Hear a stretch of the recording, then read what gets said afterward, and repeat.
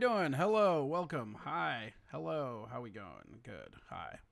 My name is, that's a chicken. That is a fucking chicken. Hold on. That didn't work at all. Let's do this. It's always fucking something, right? What do you do? What do you fucking do? Hold on, let's see here if this works. Yeah, hey, there we go. Whoa, pretty close and personal. You grab a beverage, kick this off. How we doing on this Thursday, baby? Yeah.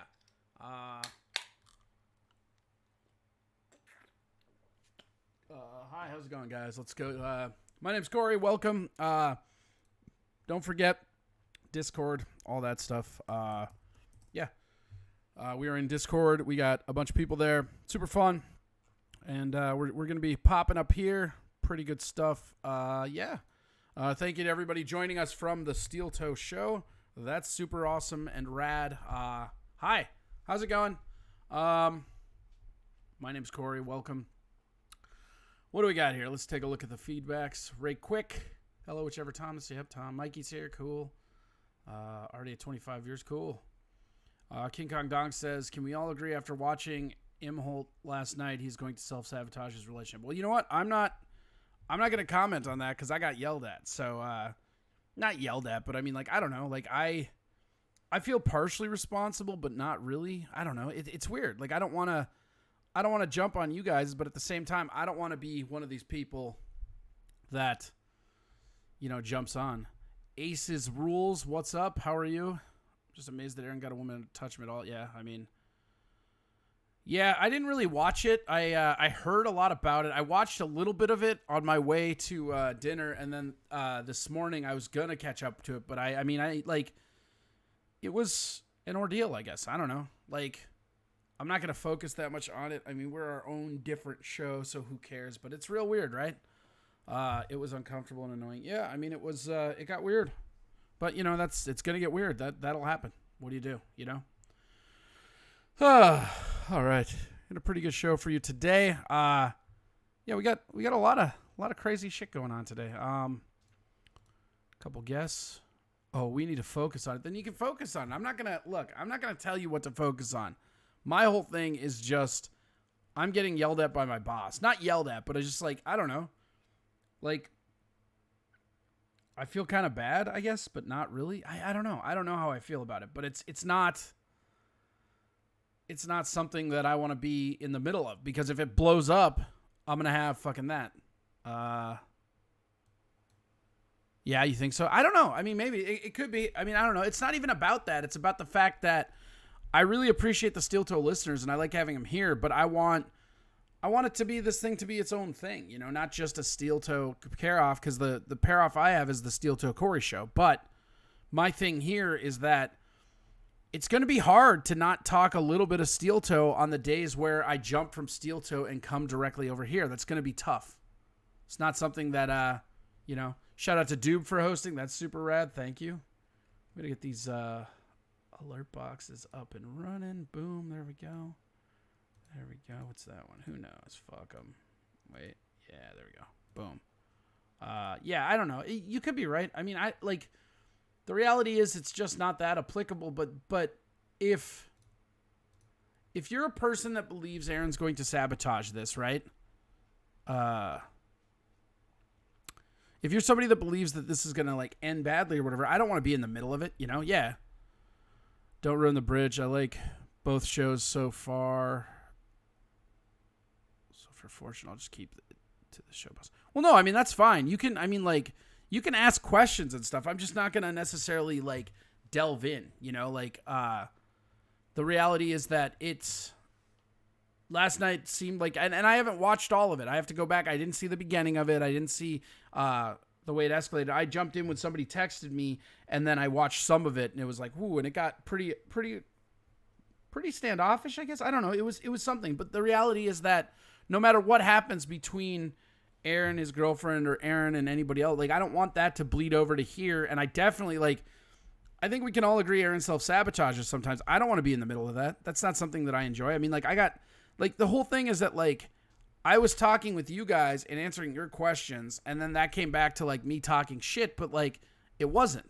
I wasn't talking any shit. I was just simply saying what I observed. And, again, I don't, it is what it is, man. I'm not here to judge. I'm not here to anything, right? I call them as I see them, basically.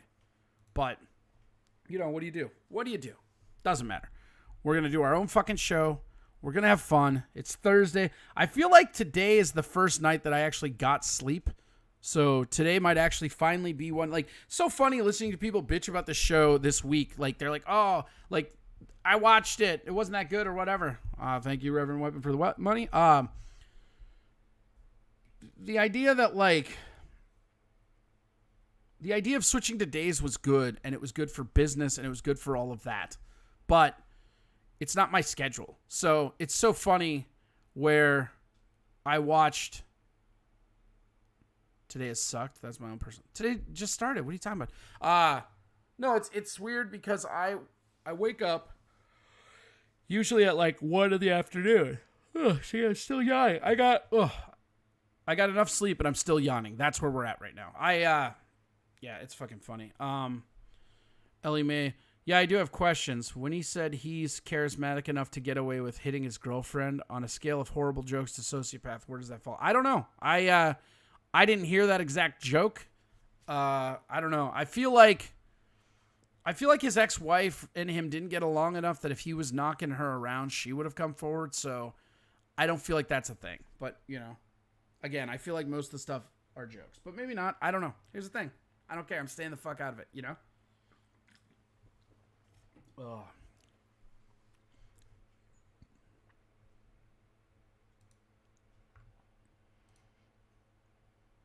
All right, we got a lot of fun, weird shit today. First and foremost, we have there's been a new development with the Loch Ness Monster. I don't know if you guys read or heard about that, but there's a new photo that came up. Let me see if I can find it. Yeah. It's on Twitter, right? Yep, boom. There we go, and we will switch it over. Wait, get the control board right here. Desktop. No, damn it. Hold on. The fuck is driving this thing?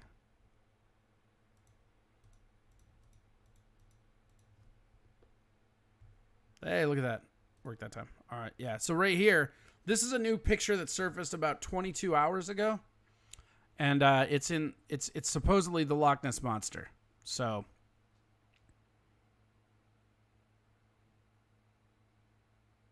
King Kong Dong says, I gave you a month chance with my subscription because I feel like you deserve that chance. Well, I appreciate it, King Kong Dong. And the one thing that I got to say is that I feel like, again, it's just super funny because everybody tacked on from the Steel Toe on Monday. And maybe I should have waited to announce the move and gotten a week under my belt because I don't feel like Monday was a Discord tutorial. Tuesday was still kind of okay. It was just getting used to it. Wednesday, like yesterday, was tough. Like Ian did a great interview, and I had a blast with that. But I was so fucking tired. I mean, like last night is the first night that I actually got my sleep schedule to like compromise with me. And it's funny because like I was operating on like 8. It looks photoshopped as fuck. You think so? Let's take a look at it again.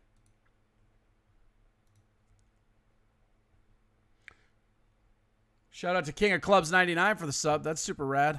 4 months already. Hasn't seen that long. Yeah, no, I know. And that's the thing, too, is as we get going. So, King Kong Dong, you think that's... Wait, you're in Discord, right, King Kong? Hop on the Discord. Let's talk about this. I want to see why you think that's... I thought you were in there. Hop on the Discord in the talk line thing. I will... I want to ask you about that, because if you know if it's photoshopped or not, you probably have some expertise. There you are. What up? Unmute yourself, bro. Yep, there you go. Hey, what up? How's it going? Wait, hold on. Start over again. I had it muted. Okay, go ahead. To me, it looks like... Are you there? Yeah, we got you. Oh, okay. To me, it looks like a picture of like a whale from an ocean, and then they put it in that lake picture. Oh, yeah? Why? Just because of the ripples over here, or what? Yeah.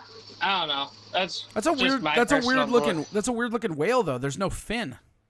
Yeah, true. But I mean, I suppose if they're gonna Photoshop that, let's see if we can. You know what we'll do is we'll save this picture and we'll see if we can't zoom the fuck in. Yeah, I mean, I could see that, I guess.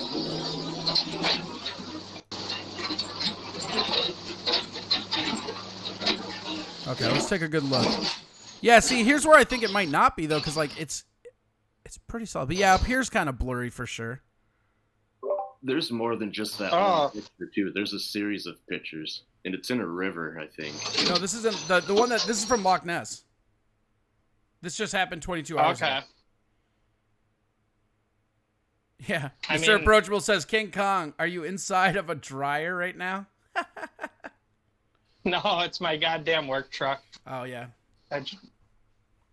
You're kind of crushing the #1 spot on that Discord race. It looks like you're gonna get the prizes, buddy. Trying to. Yeah. It's kind of funny how many people jumped into Pokemon now. Like, people are getting onto it. My Google search is just straight Pokemon. Oh, yeah, it has to be at this point. So, okay, so we think this is or is not. K Fallen the Great says you can see the fins underwater where, like, right down. Oh, yeah, kind of. Like, right there. A little bit there. Where's its head, though, right? Like, if that was Loch Ness, isn't the head supposed to be there? I'm not sure. That's weird. I think it's a sturgeon, my opinion. You what? I think it's a sturgeon. Big sturgeon. That's a fucking... Do sturgeons get that big? Yeah, they can. They get pretty big. Jesus, hold on. Let me type in biggest sturgeon.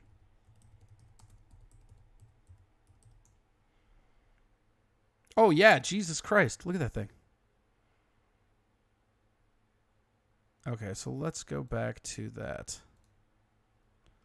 I don't think it's a sturgeon because sturgeons have, like, all these big ones have these little, like, ripple fins. Wow. Those things get fucking huge. Oh, yeah, I suppose there's a... They got this little bumps. It couldn't be a sturgeon.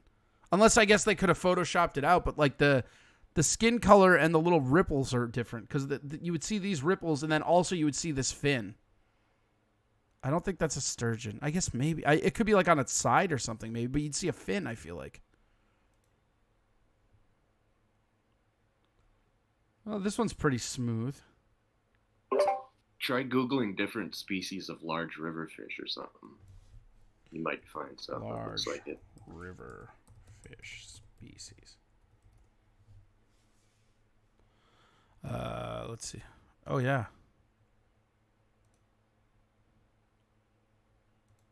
See, it could be like this guy.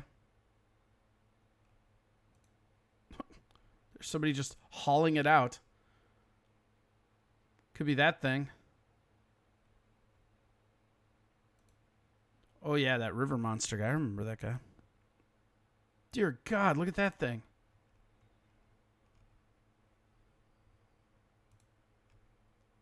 Let's do it like this. There we go. Yeah, I mean, I don't know. So what I think, like, with it that's so weird is that, again, it's popping up, but if it was Loch Ness, like, there'd be that neck. You know what I mean? Because it's supposed to be like a dinosaur. So it feels like that would be what it was if it was going to that. But I don't fucking know. I guess it could be. Let's see here. Ellie Mae, how did we get just one picture? I mean, if someone was there, wouldn't you rapid fucking fire? Yeah, maybe. I mean, maybe their phone was out and they could only do one. White sturgeon? Okay, let's try white sturgeon. K Fallen the Great sent a link. There was more than one picture of it, too. I read the article. The guy had like 5 or 6 pictures, but that's the best one, so that's the one they put on the cover all the time. Yeah.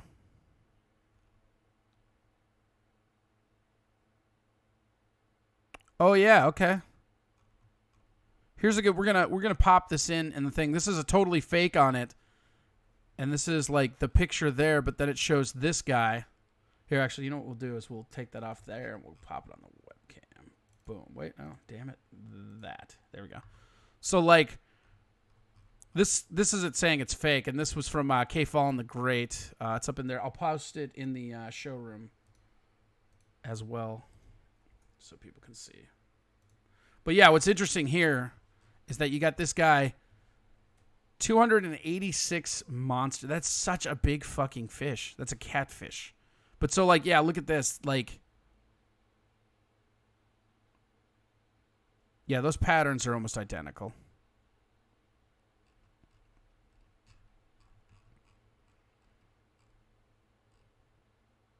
And it has that flat head.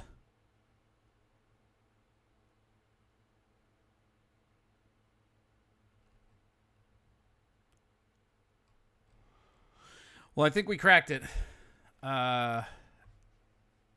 Yeah, I don't know. Well, this happened last year, and this is where they thought it was eels. Here, we'll watch this real quick, but this is where they thought the Loch Ness Monster was eels. Let's get down to it. Is there a plesiosaur in Loch Ness? No. Professor Neil Gemmell says they've cracked the Loch Ness code. For almost a century, Loch Ness has been the setting for one of the world's greatest mysteries. Thousands of people claim to have seen... Saw this black hump come out of the water. It was like a torpedo going through the water. I have your footage here. So and filmed an unknown creature in Loch Ness. Last year, we followed Professor Gemmell and his team as they began their investigation to discover just what does live there. That clear-looking water actually contains an abundance of life. They extracted samples of water from all over the loch, collecting DNA, because all living creatures in the loch will leave a trace. And perhaps there's something mysterious in there too. For decades, many researchers believed that the monster might be a Jurassic reptile, a plesiosaur.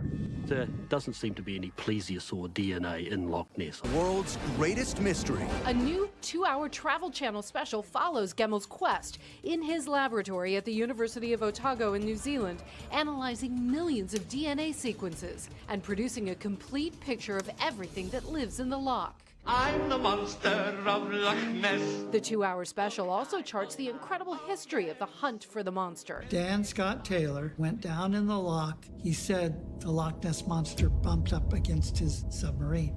And the fakers who fooled the world. The footprints were made with the cast of a left foot of a hippopotamus. So, if there really is some huge creature living in Loch Ness and it isn't a dinosaur, what could explain all those sightings? There was talk of the Victorians stocking Loch Ness with Wels catfish, and these are very big animals, 12, 16 feet in length, and so that could be a monster. Only problem is... we haven't actually got any evidence at all of catfish DNA or sturgeon DNA in our samples. But, says Professor Gemmell, there is one possible candidate. There is an awful lot of eel DNA in Loch Ness. Could there be a giant eel? Well, we know there are mutations that make things much larger than normal. So, could this be Nessie? Case closed? Well, not quite. Professor Gemmell says 20% of his DNA samples are still unencoded, and he's put that information online so people can reach their own conclusions. You know, according to legend, there have been sightings of something strange in Loch Ness for over 1,000 years. So with that 20% of undeciphered DNA, that leaves some wiggle room. Guys, we still can't be sure there isn't something strange in those waters. Okay. All right. That was about a year ago, and like, I don't know, the idea that it is the idea that it's a monster, I never really accepted. Like a giant fish or something like that, that makes a lot more sense to me, but who knows? Who the fuck knows? But it's super interesting because it's circulating. I think Cape Fallen just busted it, though. I think it's that fucking catfish. Like, the pattern, I mean, let's look right here. The pattern right here is so identical, it just doesn't even matter. Like, look at this shit. That versus that.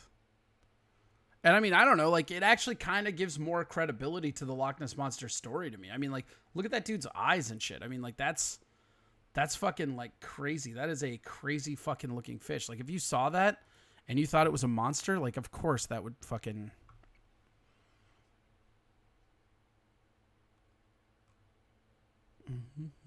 What is that? Sinister... Boom.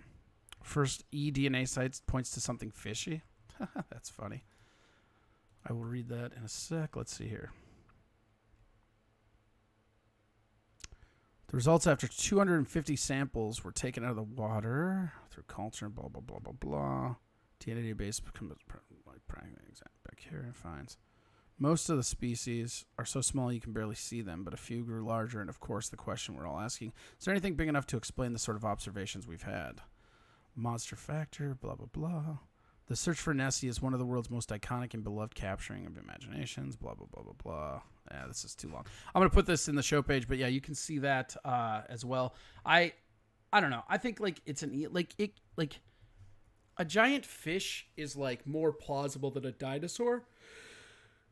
Like at some point, there we go. At some point, a lot of this stuff is weird because it comes down to this. are you like willing to believe that there's something in the sea that we don't know? Sure. It's one of the reasons why I never believed in Bigfoot, right? Like Loch Ness Monster, maybe aliens for sure, because we don't have the technology to examine it all. But as our sea probe technologies get bigger and better, we do have that kind of technology. So it's kind of a weird fucking thing for sure. So, yeah. What we're going to do now is we're going to switch gears and we're going to talk a little wrestling. We got ourselves a wrestling guest. See here? Are you here, buddy? Here comes the money. Here we go. Money talk. Here comes the money. Money, money. Oops. What up? How you doing, buddy? How are you? I am good. Good. What's I am. What's the flavor of the day, baby? How are you? Oh my gosh. You joined the Discord? You got in there all right? Yeah. It took me a while because I'm old. Yeah. And the funny part about the Discord is I already had out and set up another one, so I had to try to figure out what the hell I was doing. But anyway, yeah.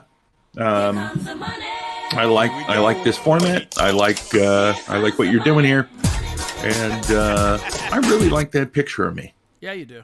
You really do. It's not photoshopped at all either. Yeah, no, it looks like it isn't. It's pretty standard. I'm just surprised I've never seen you wear that jacket in real life. I feel like you. It doesn't fit anymore. Oh yeah, that makes sense. Oh, good God! I'm still not used to like day sides yet. I'm getting used to it. Oh, that's what happens. You get more popular. You got to go where the people are. Yeah. Oh, it's terrible. I'd rather be sleeping, but here we are. I mean, I like this show, and I'll keep doing it. I'm trying to stop yawning. Mikey, calm down. Don't get mad at me. I'm trying to stop yawning. Nothing I can do, bro. Nothing I can do.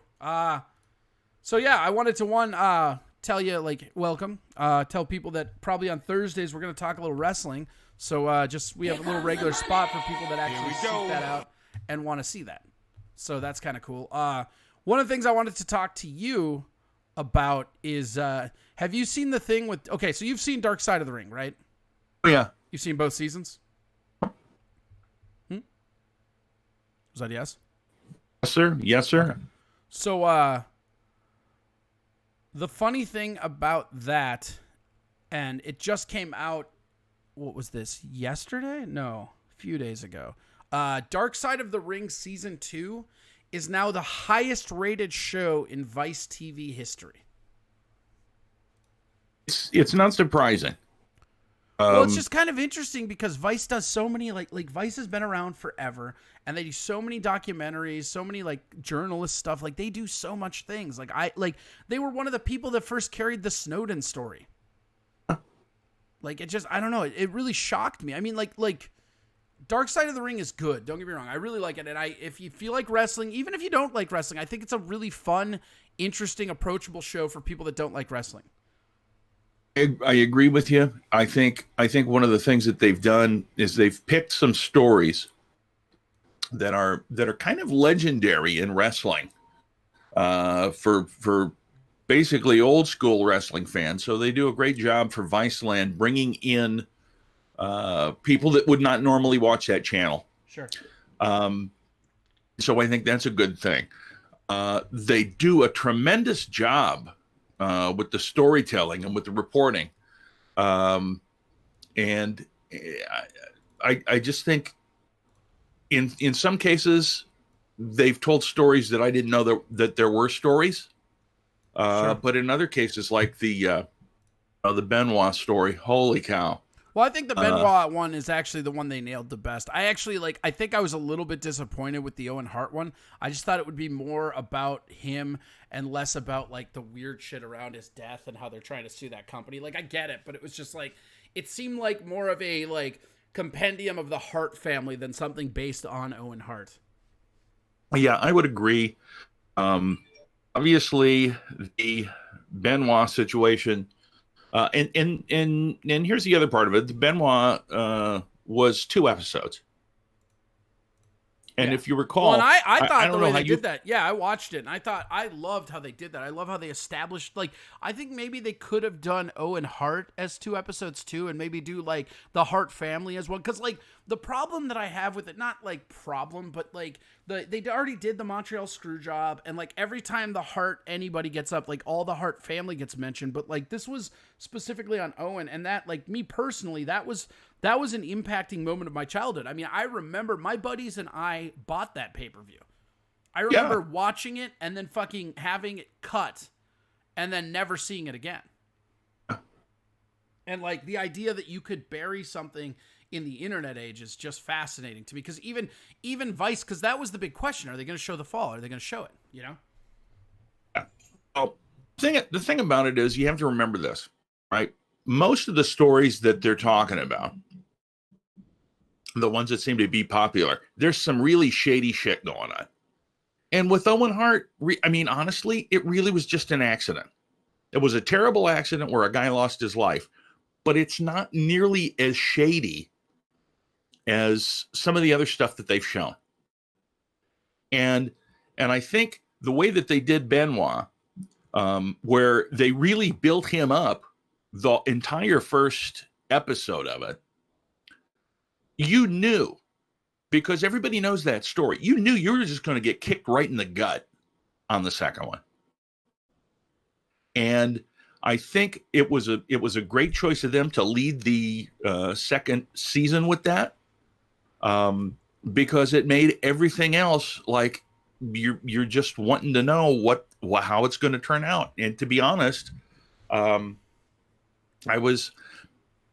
didn't really know that Dino Bravo, for example, got murdered in such a way. I wouldn't have known. Well, I didn't know about the Bruiser Brody one or whatever.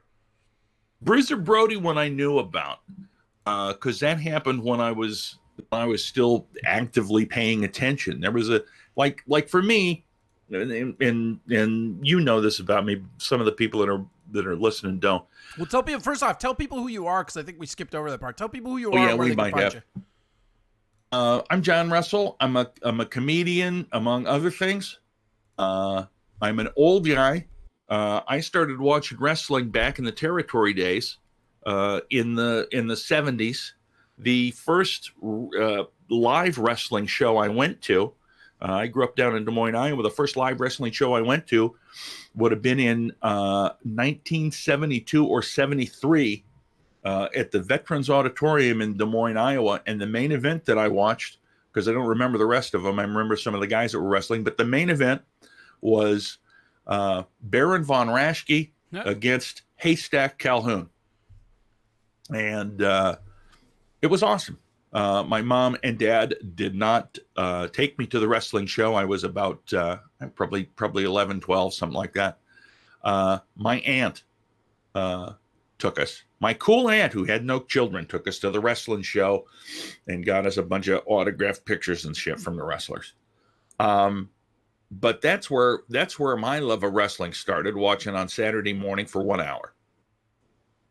And as things progressed, you know, I mean, I got to see Hulk Hogan with Mr. T against Cowboy Bob Orton with Paul Mr. Wonderful Orndorff at the old Met Center back in, God, I think about, I don't remember what year it was. I was looking it up the other night, but like March, April of '86, something like that.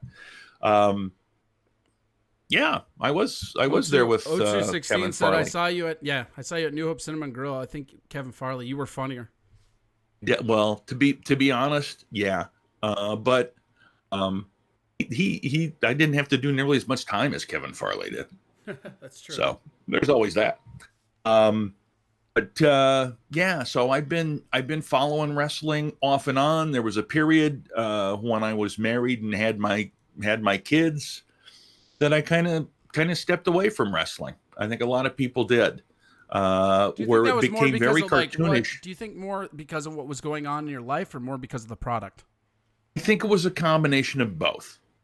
I would say from the late '80s to mid '90s, I didn't watch it all because it was very cartoonish in the WWE at that point. When the Attitude Era came in, when Hulk Hogan went to WCW and the whole Monday Night Wars business started, then it became interesting again. And I've kind of tried to follow along now. I would say right now, if anything, I am a huge AEW proponent. I also love the NWA.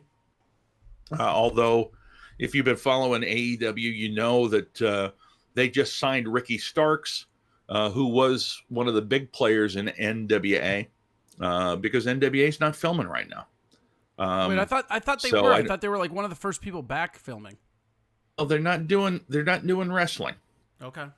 They've got a channel called Carneyland on YouTube, and they've got some of their major players like Nick Aldis and outlandish Zicky Dice, who's the TV champion, and some of the other ones are they're doing like hour-long shows, but they're not recording wrestling right now.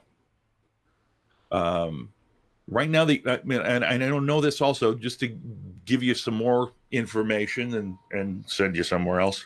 Tuesday nights at 8:00, I do a show, a live show with my buddy Big Ace, who is basically he's a wrestling broadcaster. He does all the interviews down at the Thez Tragos Hall of Fame in Waterloo. How many events do they have down there? They just have the one. Every year they have the Hall of Fame induction. Sure.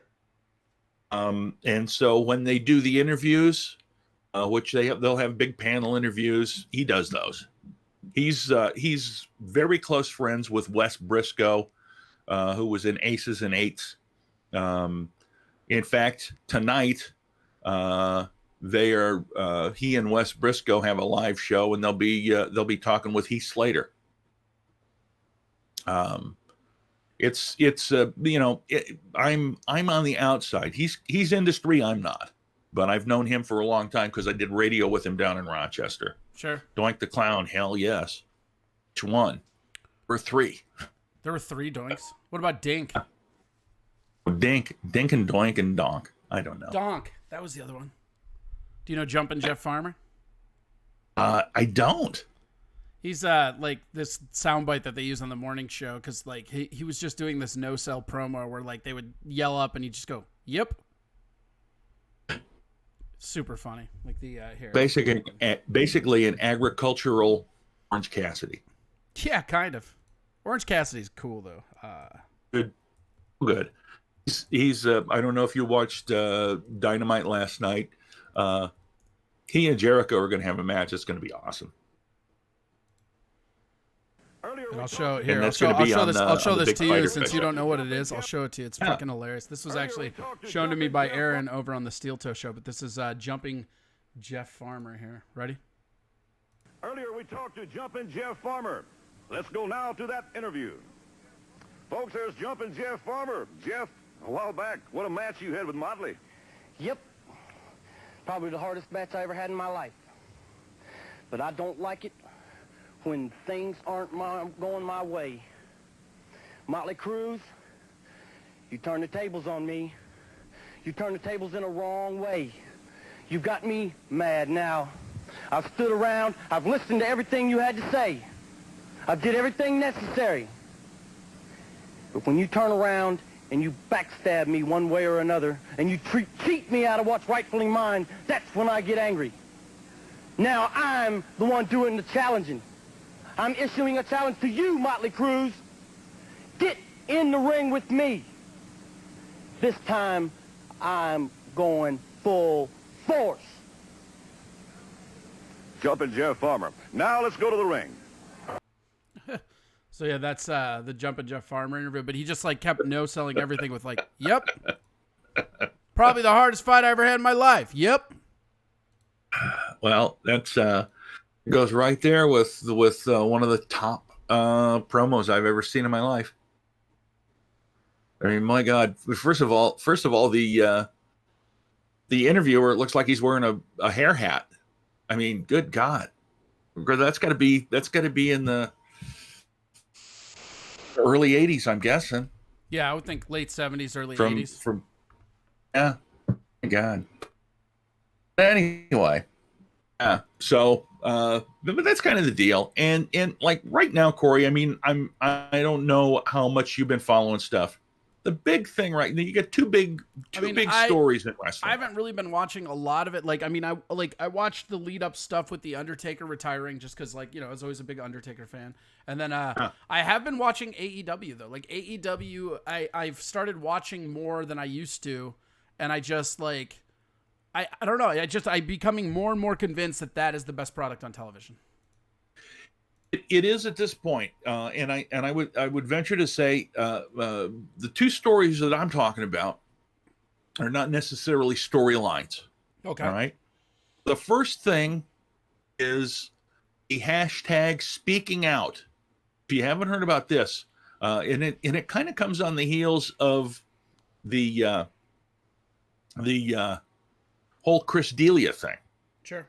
Or D'Elia, or however the hell you say his name. Heard it over in England. A lot of the British wrestlers, there were people coming out with sexual harassment allegations. Sure. And it's really kind of spread over here to the point where there's some major names that have been like in wrestling? named in wrestling. Okay. For example, if you follow AEW, you're familiar with the Spanish God Sammy Guevara. Yes.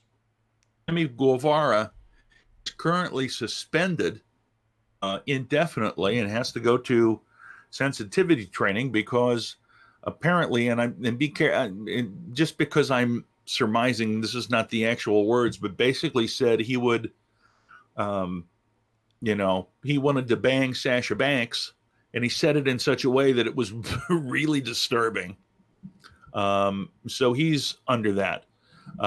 Jimmy Havoc, you're probably familiar with, is no longer with AEW, in rehab, apparently for some major indications. Yeah, Joey Ryan also. Joey Ryan, if you're not familiar with him, he was on the Indies. His big gimmick was he would have people grab his dick and then he'd flip them. The move was called the dick flip. Surprisingly, this guy is in deep shit for basically being a gigantic creep and literally trying to take advantage of people. Joey Ryan is totally done. Joey Ryan will, I mean, who knows what he's going to do, but I'm just trying to think of other. I mean, it's a huge long list. There's a lot of people that you haven't heard of that I don't know who they are. Sure. Trying to think of who else. Marty Skrull has been mentioned. What? Bull James has been mentioned, and again, it's one of those situations where what the hell are you going to do? Companies, for example, the Bucks. I don't know if you watch the Being the Elite series that the Bucks put out every Monday. Yeah, the Bucks and Kenny put it out on Monday. They didn't put it out. They held it back on Monday, and initially said we don't know when we're going to put it out. But the reality is that they put it out the next day. But basically, they said, we had to. They didn't mention him by name, but they said we got to pull every one of our episodes that has any mention or that has Joey Ryan in it. And they didn't mention him by name. They said an accused serial sexual abuser. So he's absolutely going to be erased. I can't think of the name of the guy from WWE that I think he's a British NXT wrestler, but they've also erased him. And just today, and I don't know, this is an old accusation, but Terry Runnels, who you remember was married to Goldust, her character was Marlena. Yeah, Marlena. Back in the Attitude Era, has accused Brock Lesnar of flashing his dick at her. Now, is that as bad? I don't know. I mean, it's when you say, is that as bad? It's all levels of garbage, sure. You know? And oh, yeah, Brock Lesnar. Is it? I think what happens is a lot of these cases, because these are male. Yeah, Jack Gallagher. That's right. These are male-dominated industries for the most part. And if you're honest, you go back and you go back full circle when we were talking about Dark Side of the Ring and Viceland. Mae Young and Fabulous Moolah were pimping out girls. Oh yeah, I mean the Fabulous Moolah was basically running a trafficking. Yeah, they were pimping out girls into the 80s. Chris has also mentioned Jim Cornette. That's right. Jim Cornette is Jim Cornette's different. Not to say that it's not bad, but apparently he used to he used to, when he was in charge of OVW, I guess, or OVE, he would make the boys come back and bang his wife in the hot tub while he watched. What? Yeah, how's that for creepy? That's real weird. Yeah. But that guy just really wants to be a wrestler. Well, that's just it. And it's funny because Cornette basically said, yeah, well, I have a very interesting sex life. He didn't deny it. Yeah. So it's just this whole thing. And you have that going on. And then you have the COVID-19 stuff, which you may or may not have seen. I don't know that his wife was hot or not, to be honest with you, King Kong. I know Big Show banged her, so she couldn't have been that hot. Anyway, that's mean. Why would you say that about Big Show? Well, I like the Big Show. I'm gonna Google Jim Cornette's wife right now. He clearly, Google, because she's probably. I mean, she might have been something back in the 80s. But then, why was she with Jim Cornette? I don't know. I mean, that's the thing. These are situations where you're in a position and you're like, oh, I want to do this. I want to advance my career. But, at what point is it? Because there's all sorts of other stories. There's Chikara is apparently closed for good now because apparently Quackenbush, who's the guy that runs it and the head trainer, is a total piece of shit. Oh, yeah? Apparently had one of the wrestlers come out to him privately. Always calls him, thinks he's gay, whatever his name was. No, it's just one of those, it all comes out, and I think it's probably good because when people see that somebody's brave enough to tell their story, and it's not a good one, then I think it empowers people to tell their own stories. Yeah, I agree with that. I mean, that's why, whenever I had some accusations come out, and I'm just letting them sit there, because for me, it's I want to tell my side of the story on some of the stuff, but I also don't want to jump in and be like, that person's lying. This not it's important to give people nurturing environments to come forward and tell stuff.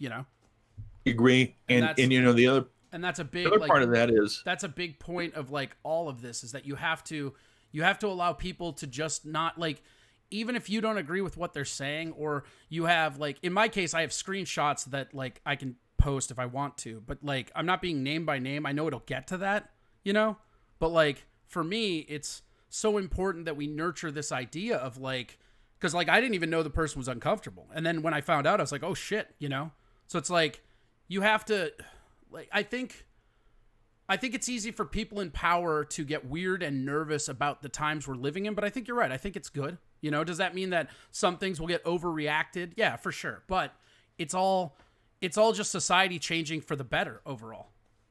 And I think that's important. And one of the things that's really also important to note is that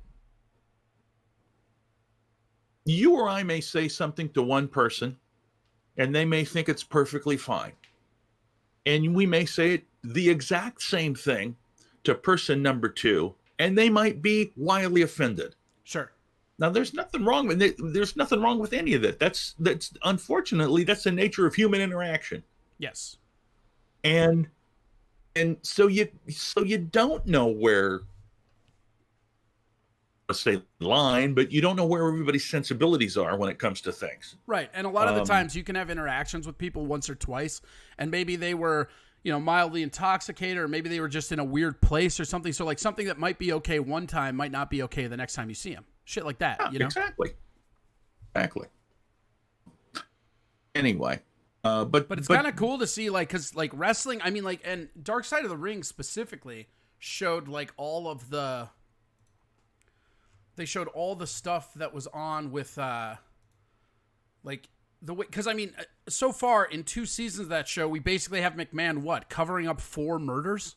Yeah. I mean, like, that's the thing that like is so surprising about all this, is because the idea that fucking, what are you going to do? It's going to be fucking like, these are superheroes or whatever, Yeah. And the thing to remember too is that Vince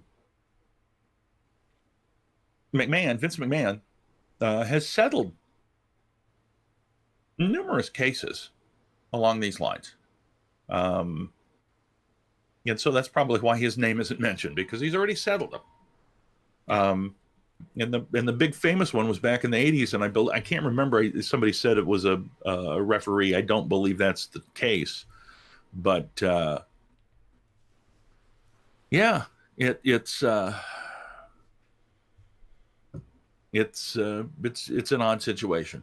Story number 2 that's huge in wrestling right now is the outbreak of COVID-19 at WWE. And Renee Young just announced last night wasn't it like that she's got 19 COVID-19. I think it's 22. Because I read it was like 7, and then it went to 19 almost immediately. That might be. Do you know what are they doing? What are they doing for COVID in the wrestling industry right now? Oh, here's one I know.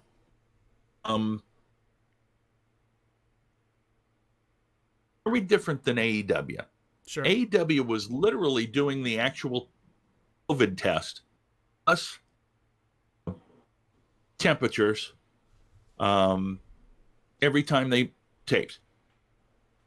And if you go back, there's a BTE episode that basically the Bucks say, "Here's what we do here," and they've got one band for temperature and they've got one band for COVID. And you don't get to go in unless you got both of them.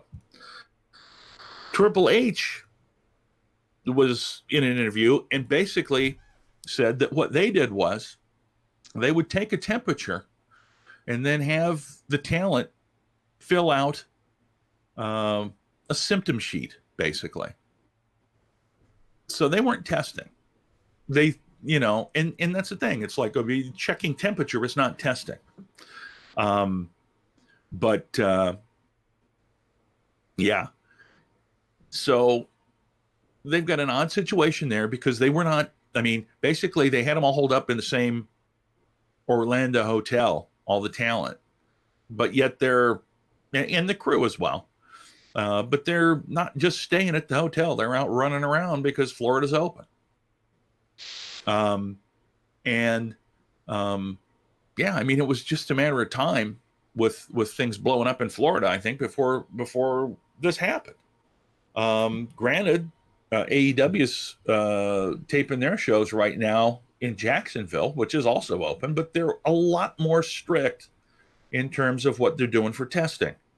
And the other part of it is AEW's got their wrestlers as audience. They finally started doing the same thing in WWE. But it's all their prospects for NXT that are standing there. And it's such an odd thing.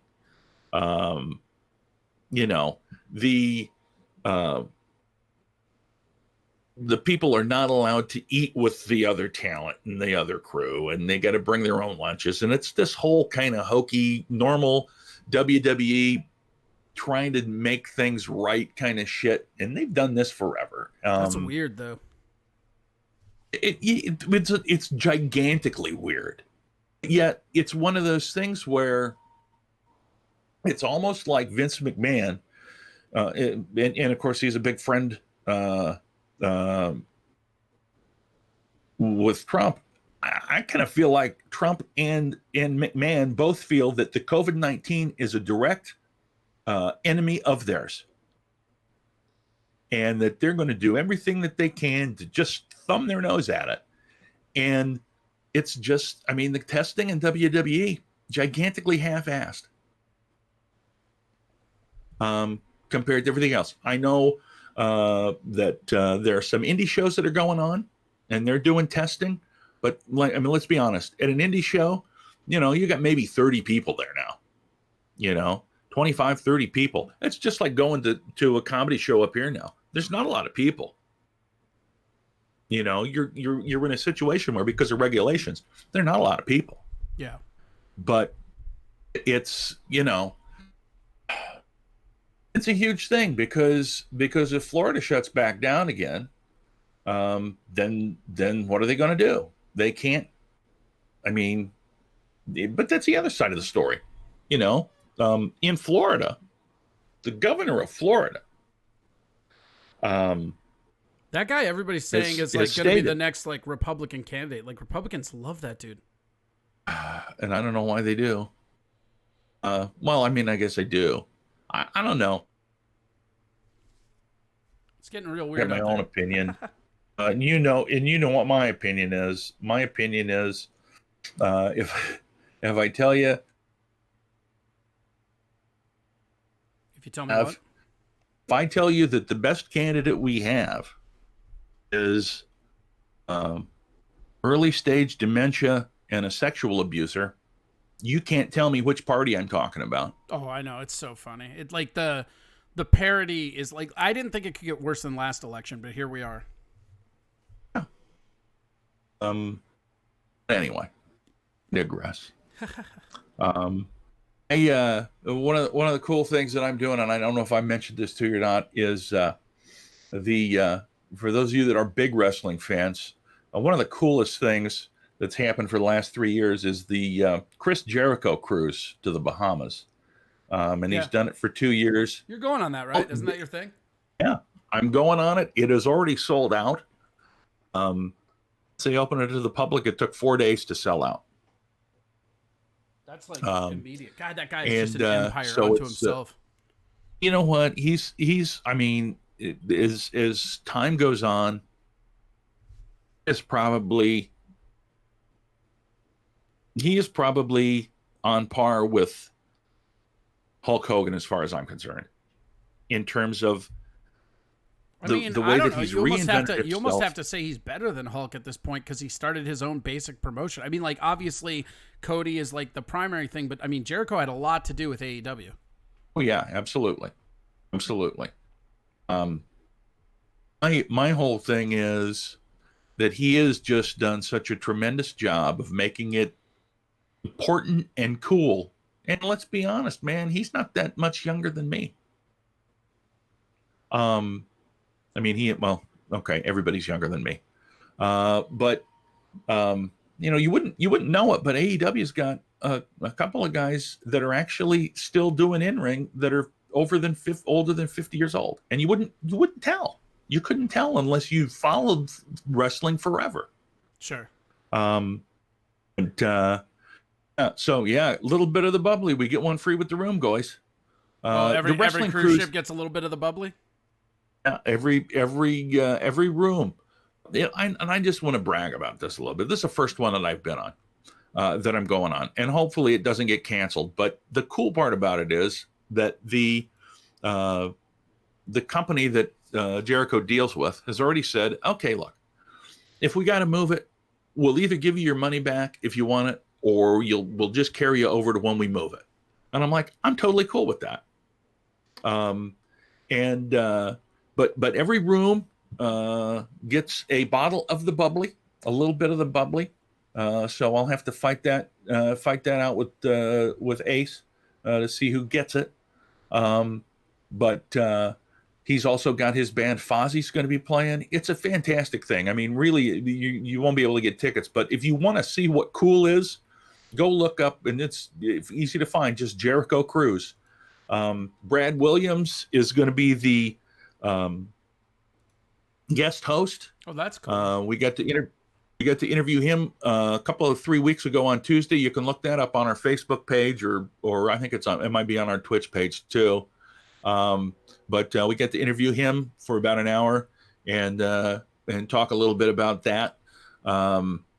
He's got some legend wrestlers coming on.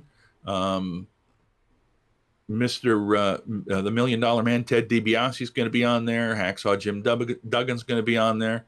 Who else? I'm just trying to think of stuff without having it in front of me. I should have it in front of me. This is not show prep, right? Whatever. It's going to be exciting. That's so cool that like you get to do it though. Like, and how like you must have bought your tickets right away if it sold out in 4 days. Well, because Ace has been on all of them. Mm-hmm. He gets priority. Oh yeah. Because that's kind of cool. How many have there been so far? Great. This will be the third one coming up in February. Okay. So you didn't even have to jam on the wait in line shit on Ticketmaster. You just gave money to your buddy and he did it. He bought the whole thing, and here's the cool part about it for those of you that might be interested in going again, the next time when it opens up. You don't have to pay for it all at once. They got payment plan. I mean, if you want to pay for it all at once, you get like a 5% discount or 10% discount, something like that. But you can also pay for the entire thing on a payment plan, which is pretty cool. So it's like $300 4 times. And there are some that are left. Yeah, definitely King Kong, go look it up. Jericho Cruise. You can get on a waiting list for this year too. But here's the cool part about it. So if somebody doesn't claim their tickets, you get it? Yeah, if sometimes people will cancel, that kind of stuff. It's just like if you're on standby at the airport. Sure. For a flight.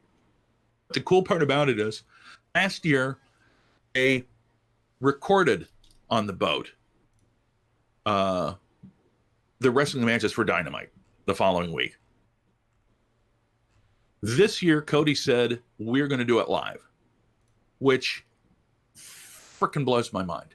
Yeah, that's crazy. But, I had a bet with Ace that's what they were going to do last year, and he says, "Oh no, they can't do it." And I'm like, "Well, what do you mean?" He says, "Oh no, it'll be too expensive." I said, "Dude, people shoot stuff up to the satellite all the time. How do you think that shit happens? How do you you were in radio, dipshit. How do you think that stuff gets across country? Pixies. It's magical pixies. No, but you gotta. Anyway, I ended up having to buy him an Orange Cassidy T-shirt because he was right. They did not do live, but the juice. But anyway, so we're gonna. Didn't hear you. I'm sorry. I said juice. Oh my God. One of my favorite. I saw him wrestle at WrestlePalooza, and it was one of my favorite things ever. Like I cannot tell people enough how if you live in Minneapolis area, WrestlePalooza is the event to go to. That shit is so good. Everything that First Wrestling does in Minneapolis is frickin' awesome. Yeah, they do. They're so good. Most fun I had last summer. We went to the outside event they had at the Bauhaus Brewery, and holy balls, was that fun! There was one, what was Impact Wrestling or something? Like it was out of here. What the fuck was it? But they did for like a summer. They did like weekly shows outside in the Calhoun Square before it was a parking ramp. Wow! And they had like Billy Blaze and like Mitch Hollywood and like just a bunch of like local big guys like fucking. Space Frog, Airwolf was there, and they just would put on these things. I got to meet a bunch of them because we were on the Tony Fly show together, but it was just crazy because it was like watching it outside is such a weird, interesting spectacle, and it reminds me of like when I was a kid because I'm a big MMA fan, right? So like when I was a kid, we used to have to go down to Canterbury, and they would have the cage outside during the day. You know, and people would be signing waivers to, like, you know, strongman. Like, it's like fucking Wolverine in that first X-Men movie. You know, they sign fucking waivers, and then they get their ass kicked. Oh God, dude, nothing is better than watching local MMA shows. I can give you one example. I used to be a licensed MMA announcer back when I lived down in Rochester. The first show that I ever went to, there was a training group out of Millville, Minnesota, and I can't remember what they were called, but they were in like the first 6 matches, and the first 6 matches lasted all of 8 minutes. Sure. It was brutal, and I turned to my buddy and I said they should change the name of their training group that gets our asses kicked.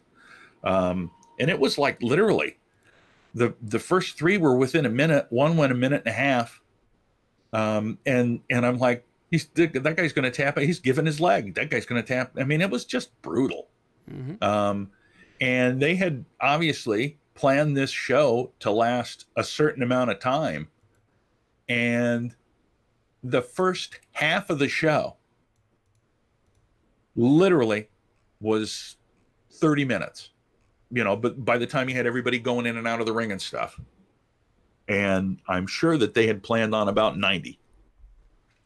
So, but as an announcer, I did an outside show. Did you ever go to Mickey's? Or did you ever do that open mic we were doing at Mickey's down in Rochester? Yes, I believe so.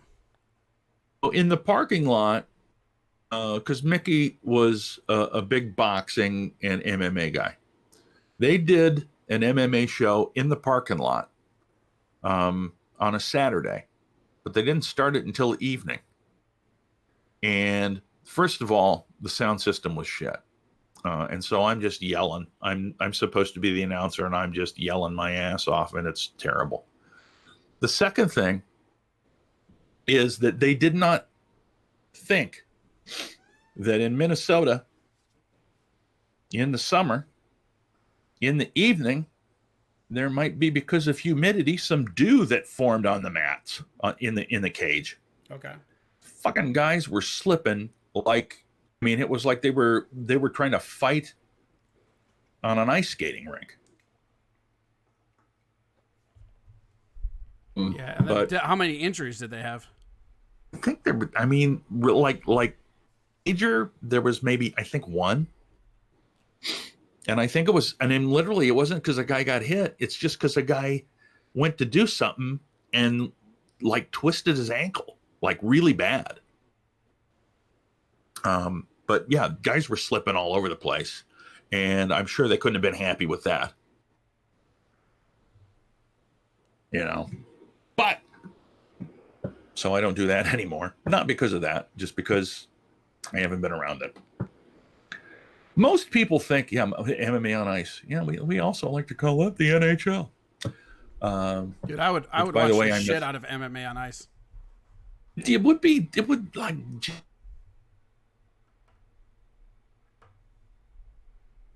It would be so weird. What shit?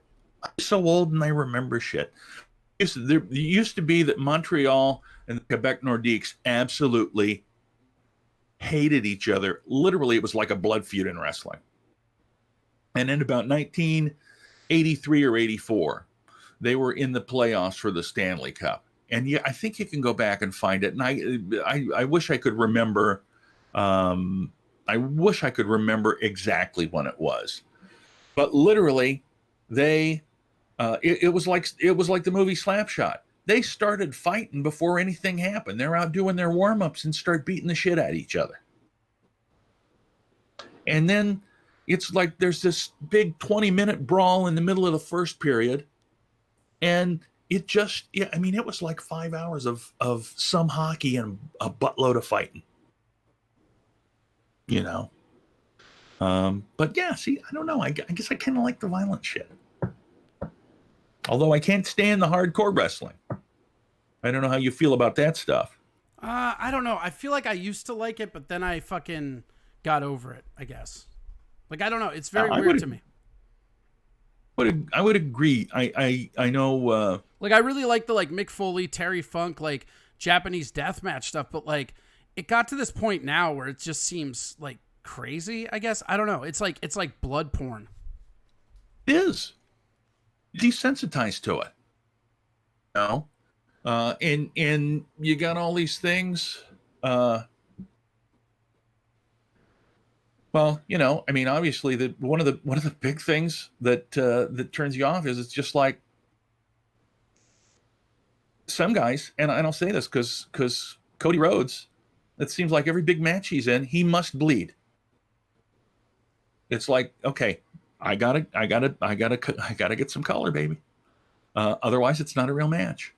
And it's like, I don't, because it doesn't add, you know. Now, granted, it's old school to say, oh, yeah, if you're bleeding, you're making money, but not without a reason. And I go back to the first All In, where when he was wrestling Nick Aldis, he's under this table, right? And you can't see him because he's under the table. And it's like, did it take you that long to cut your fucking head? And then he came out, and it's like, there was no reason for it. You know? So I think about all of that stuff. And I think Chris is right when he talks about after all that punishment, you don't want to see him. And I agree. I mean, when they get color hard way, I mean, it's certainly not any easier, but at least it's more. I'm more a mark for that than I am for you know, the faking, for the gigging of it. Yeah. But anyway, it's yeah, it's I don't know. It's weird because like it's going like it seems like everything's not going to be like settled until people are just killing people like New Jack style every match. You know, that's the thing about the hardcore. And we had Ricky Noren on this show, and he was talking about like the creativity it breeds for the wrestler. And I just think that's really weird, you know. Well, you know, I think that may be true. I mean, if people are fans of John Moxley, if you go back and watch some of his stuff, some of that shit's brutal as hell. I can't remember exactly what it is. I watched on a DVD that Ace bought somewhere, and it's Moxley and some other guy just beating the shit out. And they must have lost, I don't know how much blood. There's blood all over the place. Yeah. It was interesting. There was another one I watched, and again, this Ace and one of his buddies used to go to every WrestleMania. And if you've been to one of the WrestleManias, aside from the fan stuff where you get to go and get autographs and stuff, there are all these other promotions that come and do shows in the area because they know there's going to be a ton of wrestling fans, right? Mm-hmm. So literally, it's like a huge payday for them too. There was some Japanese guy that his deal was he brought a fork. It was almost like Abdullah the Butcher. The deal was he'd bring a fork with him, the ring, and then he would poke fuckers in the head with the fork, and it was brutal as shit. And I mean, I don't know. At some point, you get uncomfortable with that shit. I've often said it's like, well, you know, if that's the case, why don't guys bring guns to the fucking match? You know, I mean, it's getting to the point where that's going to be the thing. No, I mean, how soon before hardcore wrestling means carrying a strap? I mean, it's got to be soonish, right? I would think so. No, you got your baseball bats. You get your baseball bats wrapped with barbed wire. Well, I mean, and like there's ones where people are using like fluorescent light tubes and like fan blades and shit. It's crazy. I don't know. Have you seen the Ian Rotten deal where he beats the shit out of that guy? Yeah. Oh yeah. So where if that you guy, haven't seen it, that you can whole look. like that. Tell him the backstory of that too, because that backstory is fucking crazy. Oh, backstory on this is there is a woman who is wrestling guys in this promotion, and she's doing well, and she's done well enough that she's going to WWE for apparently a tryout. Is the way that they say it, and this fella that's wrestling her he's certainly not on her level. They tell him, you can do whatever you want. Don't hit her in the face. Don't do anything around her face because she's going to WWE. And I don't know what the fuck happens. Something happens, and he does something, and she gets pissed, and then they all get pissed and just start literally beating the shit out of this guy. His face is swelled up like a jack-o'-lantern. And it is the most brutal thing to watch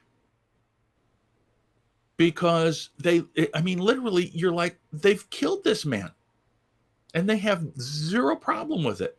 They've got him on a ladder,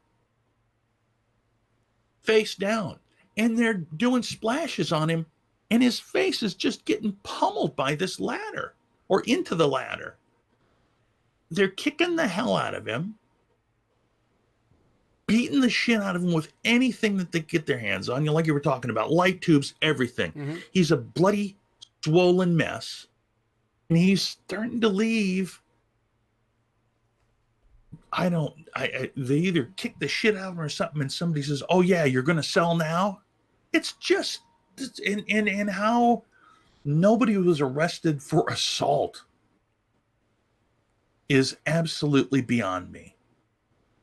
Yeah, I mean, it's because he signed a waiver. I mean, that's like the whole thing. It's like that waiver was like their justification to like basically murder him. And I'll find the video because that's one of the first things I saw when I heard about Dark Side of the Ring. I was like, oh, I wonder if they're going to go over that Ian Rotten thing, and they still might. And they got to. I think they have to. The thing is, nobody died.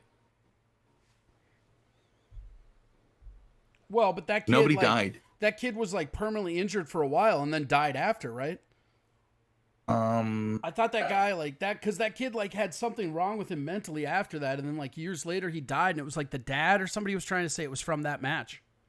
Oh no, I think you're talking about the mass transit deal with New Jack. I mean, yeah, that too. But like, I thought this one too. Maybe not. I'll have to double because this is the one where they like bring that kid in and then they just all start working him over, right? And then that like lady comes over and works him over too. Yeah. Yeah. He's actually in the match with the lady. That's so crazy. Something, but yeah, it's the whole thing. The New Jack deal is on Dark Side, and he's died. The guy that was mass transit, the guy that was him, the underage kid that went in and lied about everything to get in there. And New Jack damn near cut his head off. That was, again, it's so hard because wrestling is, it's okay, that gastric bypass. Either way, he died. But the thing is, wrestling is kind of like comedy in the fact that you don't need, there's no vetting process other than within the industry itself. Like, for example, if for those of you who don't know, if I wanted to work at Club X and Corey has worked at Club X, and I say, hey, Corey, put in a word for me. Corey would either do it or he wouldn't. Right. And then if he thought I was good enough to work there, he would say, yeah, he's cool. And if I wasn't, he would say, yeah, I wouldn't do it. I mean, that's how that shit works here. And it works the same way in wrestling to a great degree. Wrestling is different because you got to go to a school, you got to learn, you got to have a trainer that'll vouch for you and put you up but then you're kind of on your own and doing your own thing. And in some of these smaller independent things, it's like, people don't know. So, yeah. I don't know, man. It's all just such weird stuff, and it's so. When you think about the fact that when wrestling started, Mm-hmm.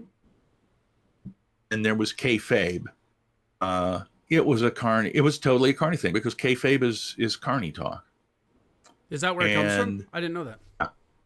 It's carny language, because wrestling first started carnivals and fairs. Mm-hmm. When they would have, and they still do. Roddy Piper had a story about having to wrestle a bear. Because that was still a thing way back then.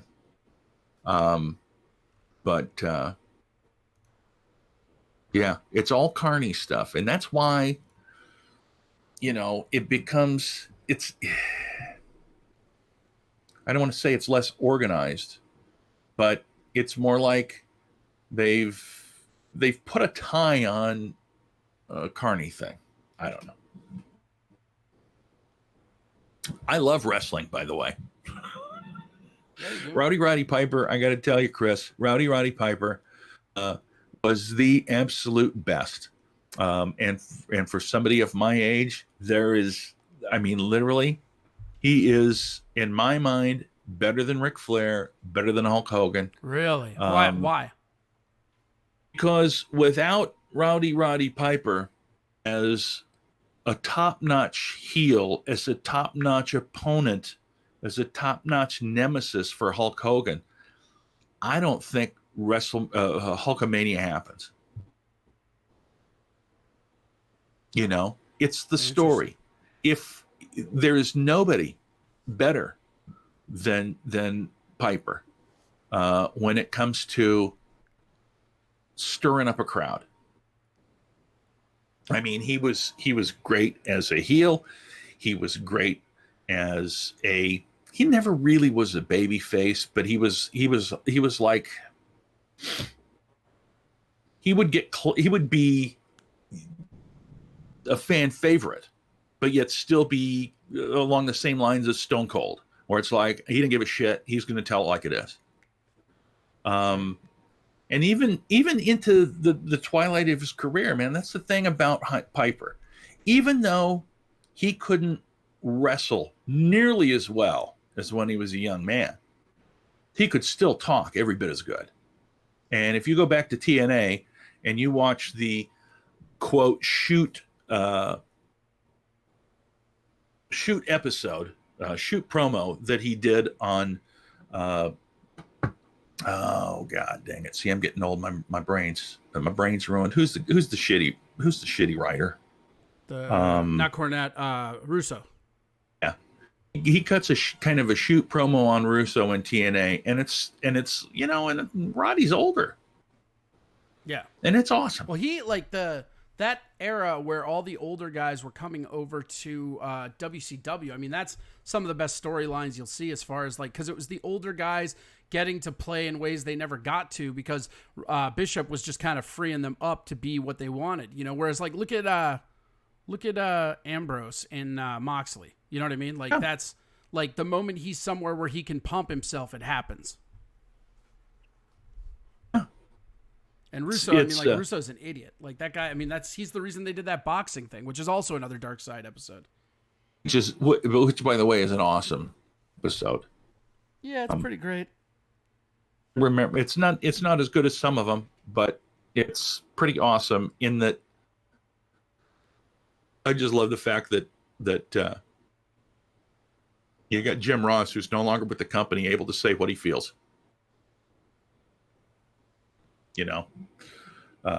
But yeah, it's just the whole thing.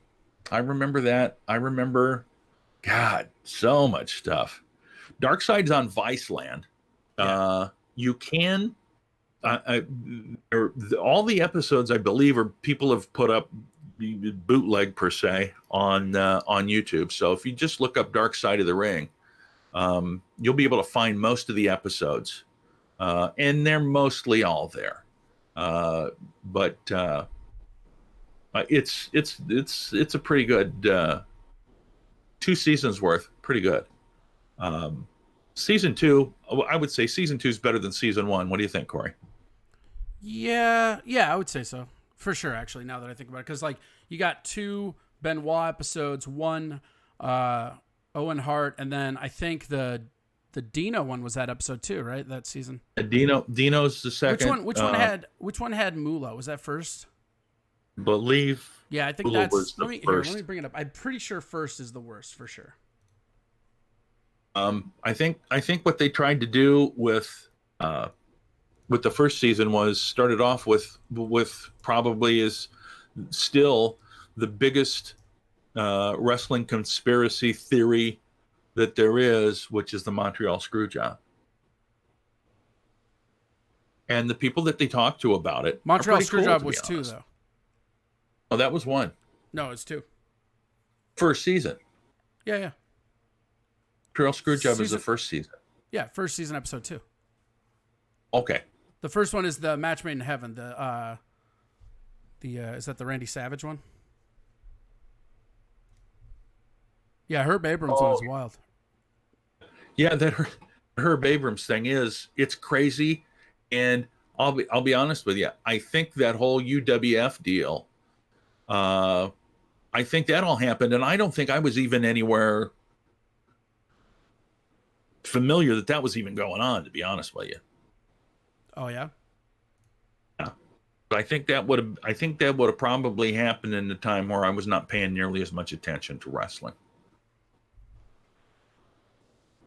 But one of the other interesting things, I mean, there's just so much stuff, over the course of time. There was the Legends of Wrestling,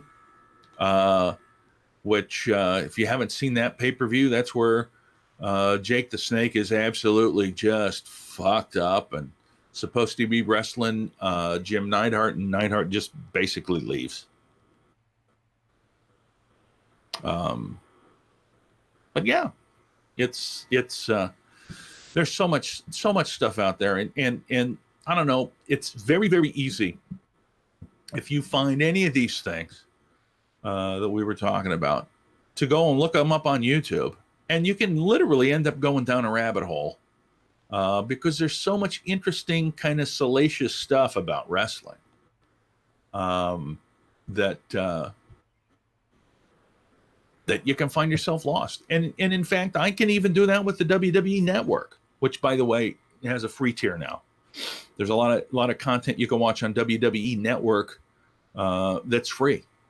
But I was watching the Undertaker final episode, which I find it hard to believe that he's going to be. He's literally retired after that Boneyard match, but that's the way it looks.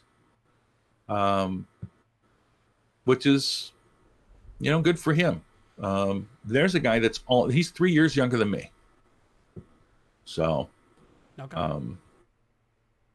He should definitely stop. But I thought that series that they did on him, The Last Ride. Oh, I thought it was great. Probably... I mean, my only problem is how many Undertaker retirements do we have to sit through? Well, that's the whole thing. I don't know. Like to me, you left your fucking gloves and hat in the ring 10 years ago. Don't give I don't know. It's like Conor McGregor in MMA. Now he's announcing he retired for the 4th time in 3 years. At what point does that just not okay? It's just I get it, and I mean the Last Ride special or whatever, that was really awesome and fun to watch, but it's just super weird, right? Yeah. And here's the thing. I agree with you 100%. I think a lot of fans that were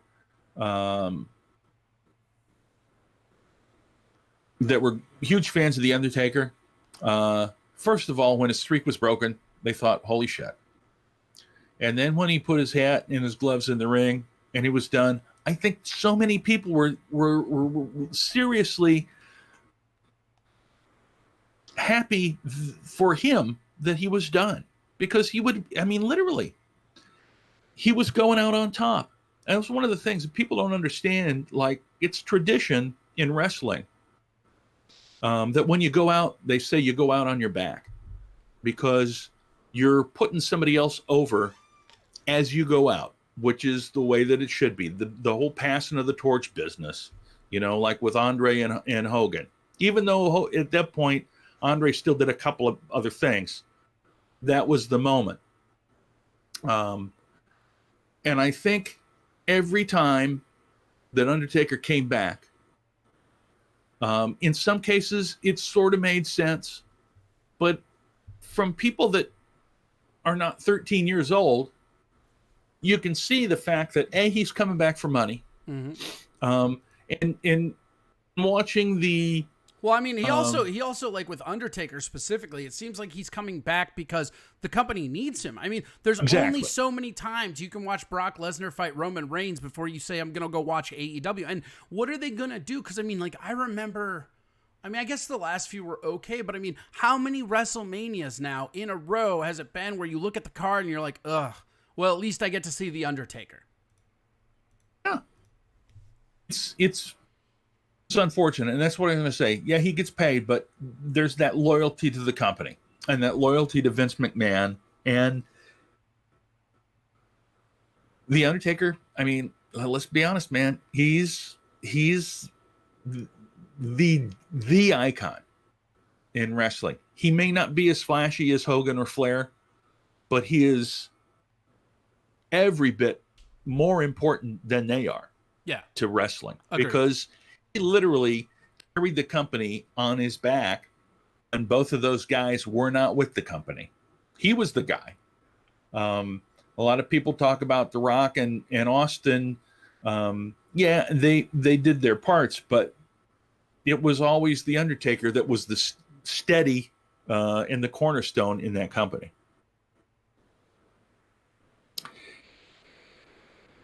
It's just amazing to me that that it went that as long as it did. And if you haven't watched that documentary series on Undertaker and you're a fan of wrestling, I strongly encourage you to. It tells you a lot about him as a person, as a human being, and where not only his mind, but where a lot of the minds of these guys that are wrestlers are, and what drives them to do it. It's in I'll be honest with you. King Kong says he was a savage guy. Randy Savage, holy cow. He was a ball of energy. See, it was different back then though, right? Because these guys were able to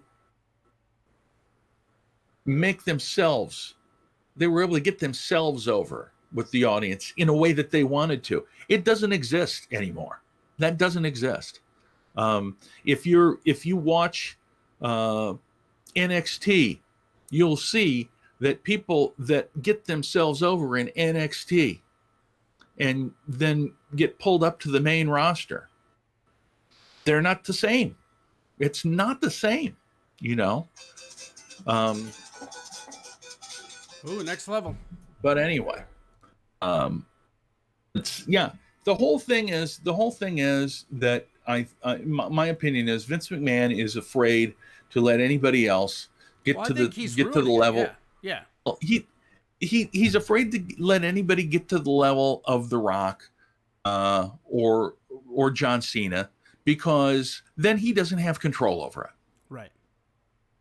And it's like the closest thing that happened to it is Becky Lynch.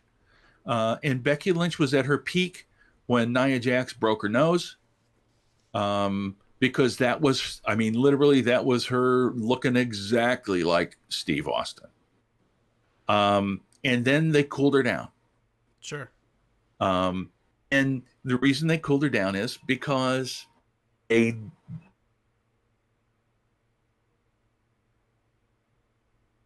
what? who make something out of themselves who become bigger than the company. Sure. And And you that's, can't. yeah, I mean, that's kind of what happened with like Ronda Rousey and Conor McGregor in the UFC too. I mean, like you just become, or Hulk Hogan. Hulk Hogan's a great example of that. It's when the promotion doesn't get to dictate, then the promotion is on the bad side of things in their mind. The reality is, I think what you're going to see with with AEW is they think about it differently. I mean, I think they'd be happy if they had somebody that blew up like that, because I think that they think differently. I think it's more with AEW. I feel like it's more a us versus them kind of thing, even though they say it's not. But with WWE, it's clearly this is a corporate deal, and we're doing this way because this is how we do it. Yeah. Producer Mikey says he's finding this conversation hard to masturbate to. Well, just imagine we both have masks on. Then it becomes masturbating. Get it? Yeah, hey, that's a site you could get. Yeah, right? Pretty great. Masturbate.com, I'm sure, is open. Does help.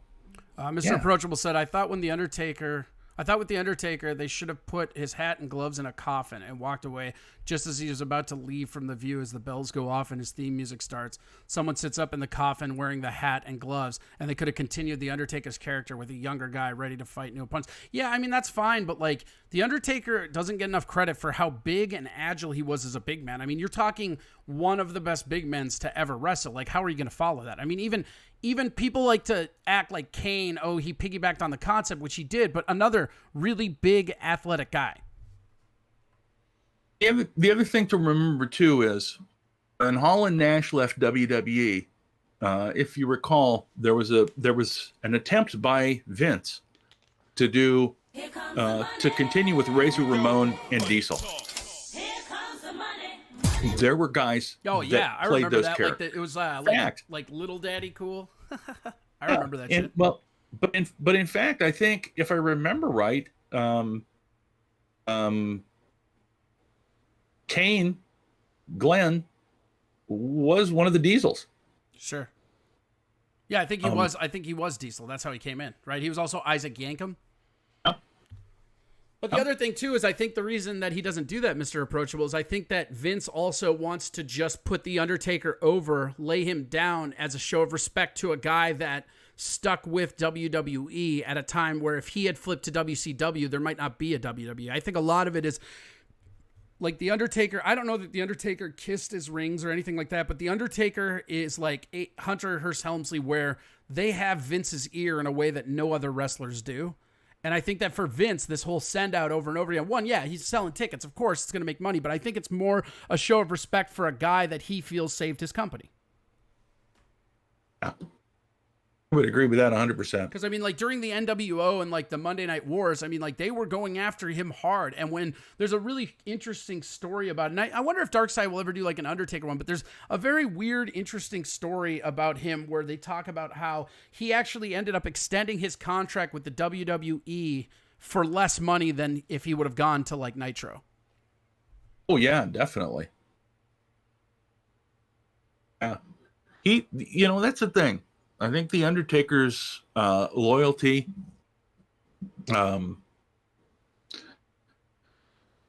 is huge, and I think between him and McMahon, I think they were on the same page in terms of what they wanted to happen with wrestling and with the company.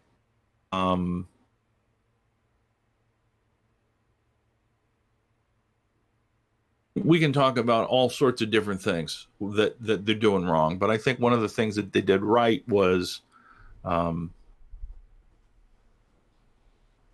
it says it in that documentary, they didn't have to have him be in a ring for his last match.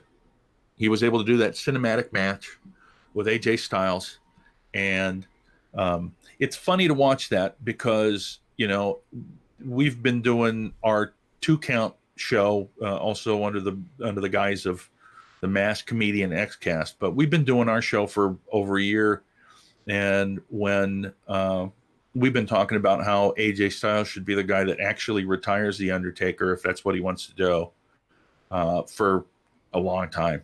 Only because when you watch Goldberg, and to be honest, when the Brothers of Destruction and DX had their match, it's very clear that he couldn't do everything the way that he used to, and he needed somebody to basically protect him, simply because he's at a stage where he can't protect himself in a lot of the things that he wants to do. Sure. It's interesting, though. So what do you think going forward is the answer? Like, it all just waits till Vince dies, right? Yeah. I mean, everybody thought that with the advent of his XFL, and his XFL was picking up some steam. I think without the coronavirus, it would have stuck this time around. I mean, they were doing so much cool things with the rules. I mean, like they did stuff that I think the NFL is going to adapt, but I also believe that they'll be back. I think that they did the smart thing because nobody's going to fault a company for having to cut when coronavirus hit. Yeah, but so here's the difference. Declared bankruptcy. And in the proceedings, didn't put in nearly as much money as he said he was going to. And then it came out that, yeah, even though he said, WWE doesn't have anything to do with this, they ended up owning like 25 or 30% of the stock. So the other investors are pissed. It's now on record that he's an untrustworthy liar. I don't think it'll ever come back. If it wasn't for the coronavirus, XFL would still be going. That is 100% true. But it doesn't change the fact that Chris he was a Lee lion. SC just said, I heard Vince is going to be more hands-on with NXT now. Yikes. No kidding. It's just about Vince McMahon. He doesn't do anything other than this wrestling or his exit. He did nothing else but business. And you can find there's a lot of YouTube stories, guys talking about Vince, where, you know, his schedule on a daily basis is get up at 4:00, work out, start working, you know, do whatever, work at a show, work at whatever it is, go to bed at like midnight, and then wake up at 4 again. He's apparently works only on 4 hours of sleep. But he doesn't do anything. He doesn't pay any attention to much news, apparently. He doesn't watch any television or watch movies. He has zero idea what's going on with pop culture. Only what people tell him. And the big problem, I think, is that since he doesn't have a handle on real life for normal people, he doesn't have any idea how to program for them anymore.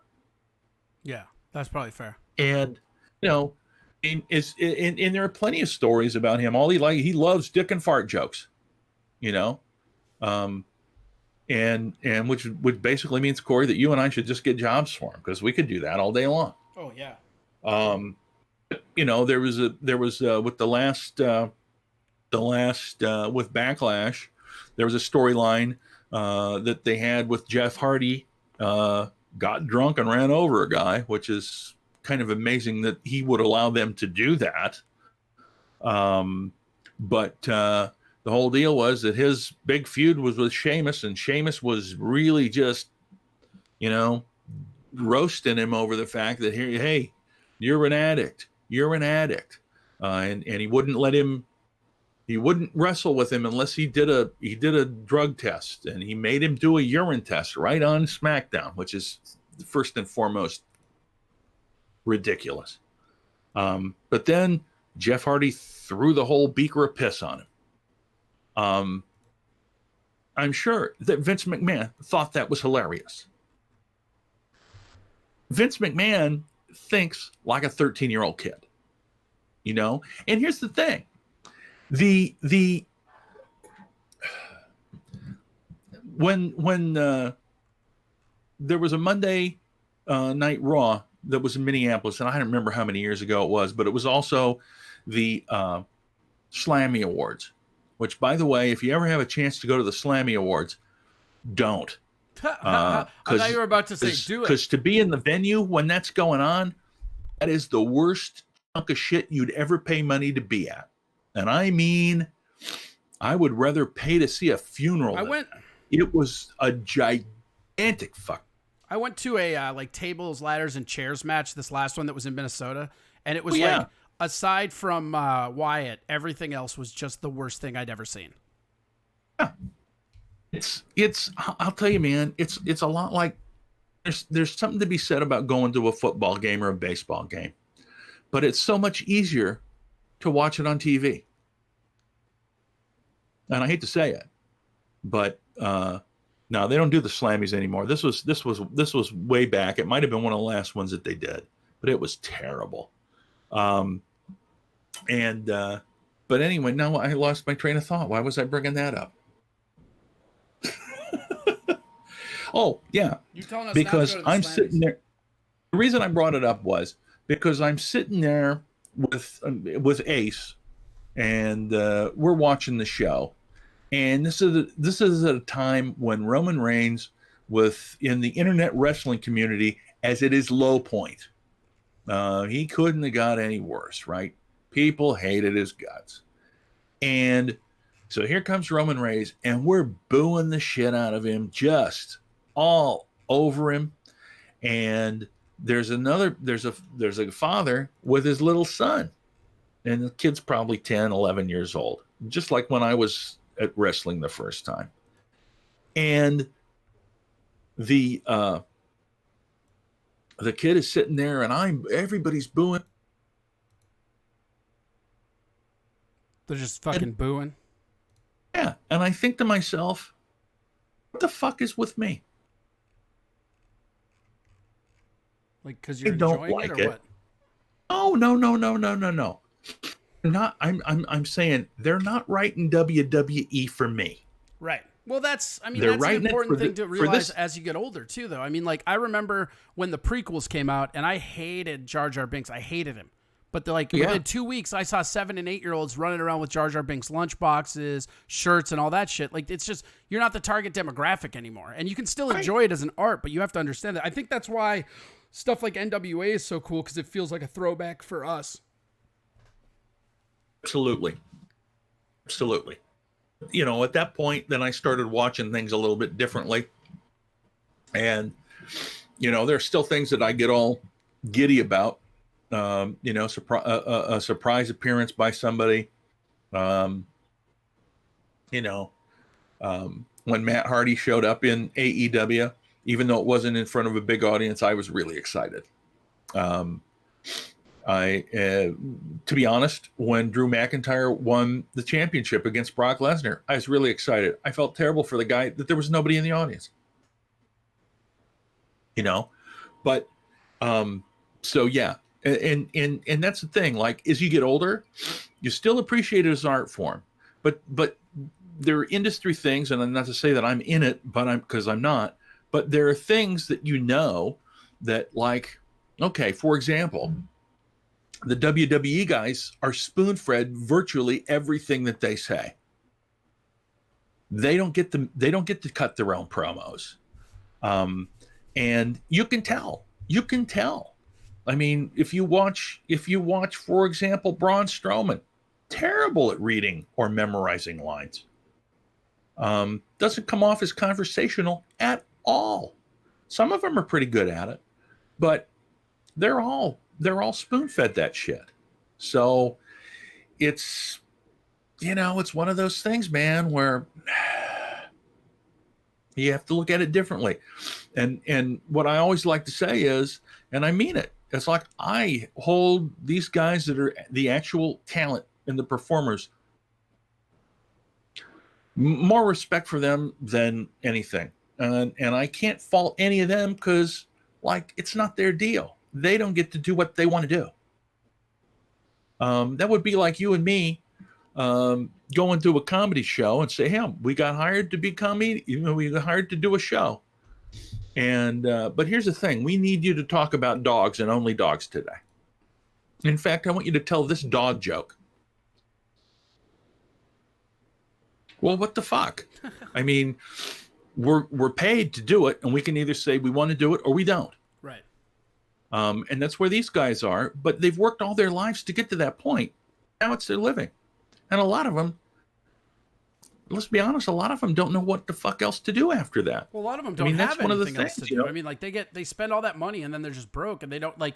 You get so used to that fast lifestyle where you can do all the drugs and whatever you want, and then the money's gone, and it's different. Yeah.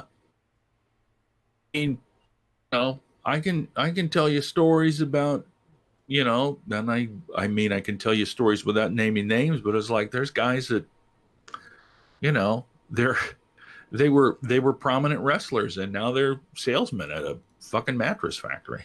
Yeah. Well, I mean, like look at the Road Warriors. That one guy owns a gym in Minneapolis now. Yeah. The one that's not dead. I don't know. Anyway. It's such an interesting thing, and the way that everything's branching out. It's just it's going to update itself, and that's what happens with culture. It updates itself, and that's fine. You just roll with it. That's what life is. Yeah. I just wonder with if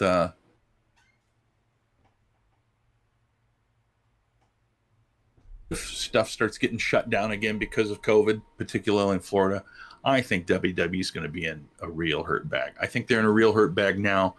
How could they be? I mean, I don't know. How much money do you think?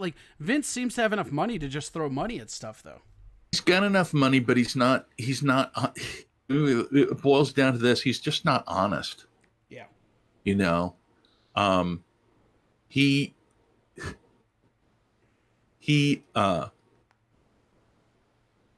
made these claims about on his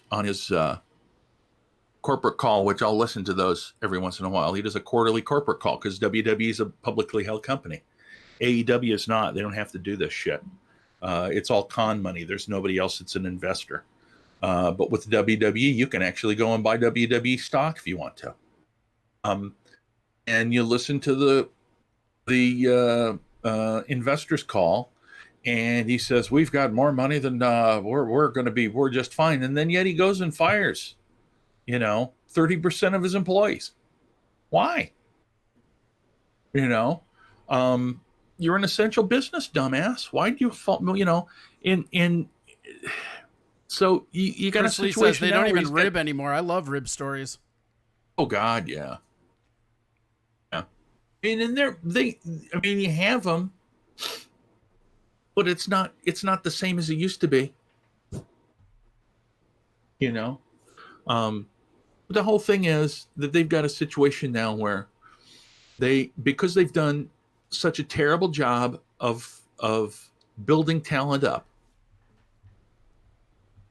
You got Roman Reigns, who refuses to come because he's had leukemia and he doesn't want to catch a coronavirus. Makes perfect sense. Sami Zayn got stripped of his Intercontinental title because he didn't want to come. First of all, he's Canadian, but he doesn't want to because of coronavirus. You've got a number of talent that, even though they say, "Well, we're not going to do anything against you," there's not going to be any retribution if you decide not to come. It's going to be up to you. That's fine. But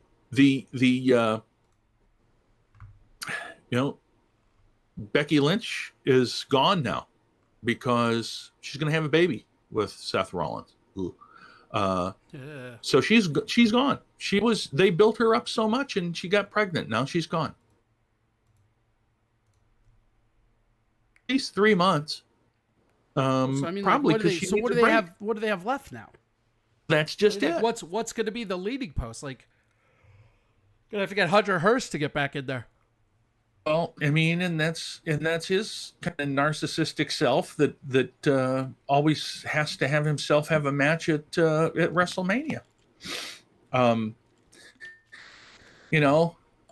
much of that is because he wants to one-up the Undertaker, though? Yeah, you got a situation where You've got. I mean, the biggest thing that's going right now in WWE is Randy Orton and Edge. And that's from like 1990. You know, you got other stuff, but like that's the most riveting thing that's going on.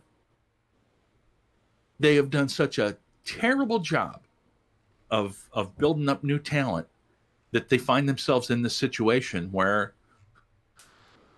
they don't really have anybody to hang their hat on. You know, and it's kind of sad. And I don't know if you were how close you followed other stuff, but they last 2 weeks ago, I think maybe, they fired Paul Heyman. Paul Heyman was in charge of Monday Night Raw. They fired him. Bruce Pritchard is now in charge of SmackDown and Raw, and seems to be a knee-jerk reaction because apparently something happened with Heyman that Vince didn't like, and it's not the first time that Vince has fired Paul Heyman, but Brother Love's now in charge of everything. And yeah. That'll probably be better for everything going forward, though. I don't know, man. I don't know. I mean, I think I mean, they're still selling all sorts of stuff. Not as much as when they would have live events. Who knows when they'll be able to have live events again? You know, that's another situation where, I mean, first of all, in a large arena, you know, what are you going to do? I do not have a dirt bike. I have a rocket bike, which I tried to jump across the Snake River Canyon with. So. Yeah, he totally has a dirt bike, bro. What's up, JB? How are you? Should check out the Discord. It's on fire now. I fucking fixed it all. JB Live does his own show on Twitch, and he's the one that got me into using Discord and like some of the stream element stuff. He's a solid dude. Nice. Yeah. So what do you think the future is for NXT or WWE? Like, where do they go? Well, NXT is honestly on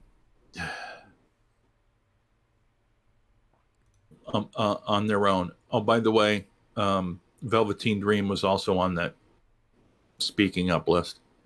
Oh, nice. Speaking out list. Yeah. Feel like they still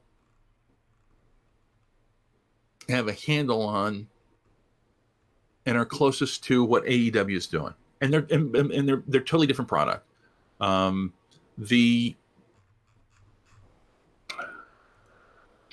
feel like NXT, you're going to find a lot of people that are on NXT that don't want to leave.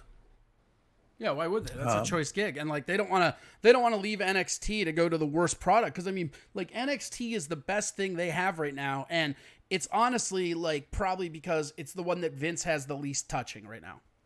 Right. And it's the one that's least geared towards.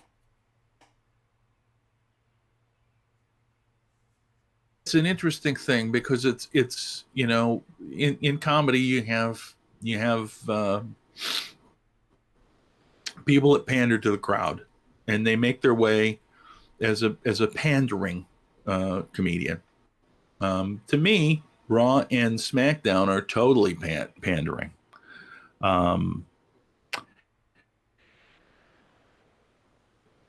To a young baby crowd. Granted, people still watch, sure. But NXT is, I don't know.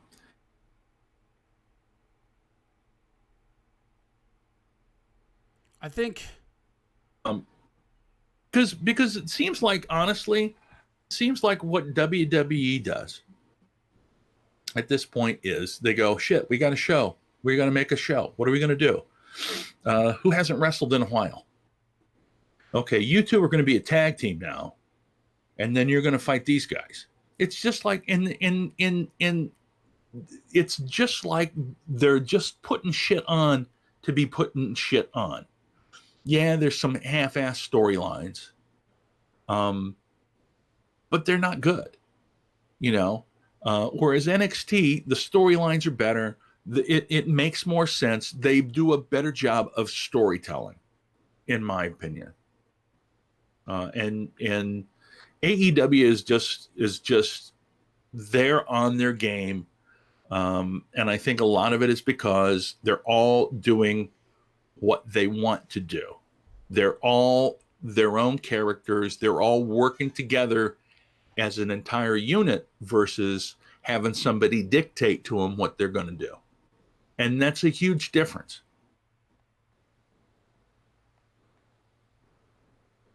Yeah, I mean, I think that, like, you know, and AEW proved that too, more so than NXT, is that, like, the more you let the wrestlers do it, like, these are the people that are dedicating their whole life to this profession. They're the ones that are passionate about it. Well, not only that, the wrestlers have created a persona. Knows the persona that they've created better than they do. They know what that guy would do. They know how that guy would talk. They know what would make that guy mad, or how that guy would react to somebody poking his buttons. It's totally different than having somebody say, all right, you're going to do this. When we're going to have this guy throw a jar full of piss on you. And we really want you to play it up. Well, what do you mean? I mean, and then you just, like, first of all, nobody would. You're expecting me to suspend belief that this event's going to happen, and that this is how it's not real life. It's not, you know. And so I think when people watch wrestling and they want to suspend belief, there's got to be some believability to it, you know. I mean, would anybody believe that a guy would say, I'm not going to wrestle you until you take a drug test? I would believe that. Yeah. You're going to take it right now here in this ring, and it's going to be a urine test. Believable. There's nothing you can do to make me think. And to be honest, well, like with steroids, steroids, like, they rebranded as sports entertainment to not have an athletic commission. That's why they did that. That's why it's called sports entertainment. It's so they don't have an athletic committee that they have to answer to, and everybody can juice to the gills. Absolutely. But in terms of just in terms of storyline, all right? If you don't see this, hey, here's a way we can get him to throw a thing of piss on this guy. It's just so contrived. Yeah. You know, it would never happen in real life. It would only happen in wrestling. And it's cartoon shit. Yeah. You know, this is, I mean, in my opinion, right now, the WWE is back in the late 80s, early 90s cartoon shit. Even though they don't have the cartoony they're characters. Always, like, with Vince, it's like, and I guarantee you it's Vince, because, like, they're always a step behind. Like, they just, like, you know, like, even kayfabe, like, they only broke kayfabe because WCW was doing it and they had to. Yeah.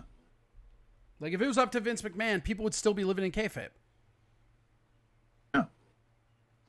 Because that's what he likes. It's yeah. Oh, having said that, though, NXT doesn't have that problem. No. If you watch the In Your House, neither of them do. And they're the ones Vince isn't touching. Yeah. NWA had a little bit of that problem, but again, that's Cornette. That's old school Vince people. In NWA is, I mean, literally, I'm not going to lie to you. NWA is updated characters, but it's just, I mean, I'm not lying to it. It is literally like I'm watching what I watched when I first started watching wrestling. It's like all-star wrestling, 1 hour on Saturday at noon.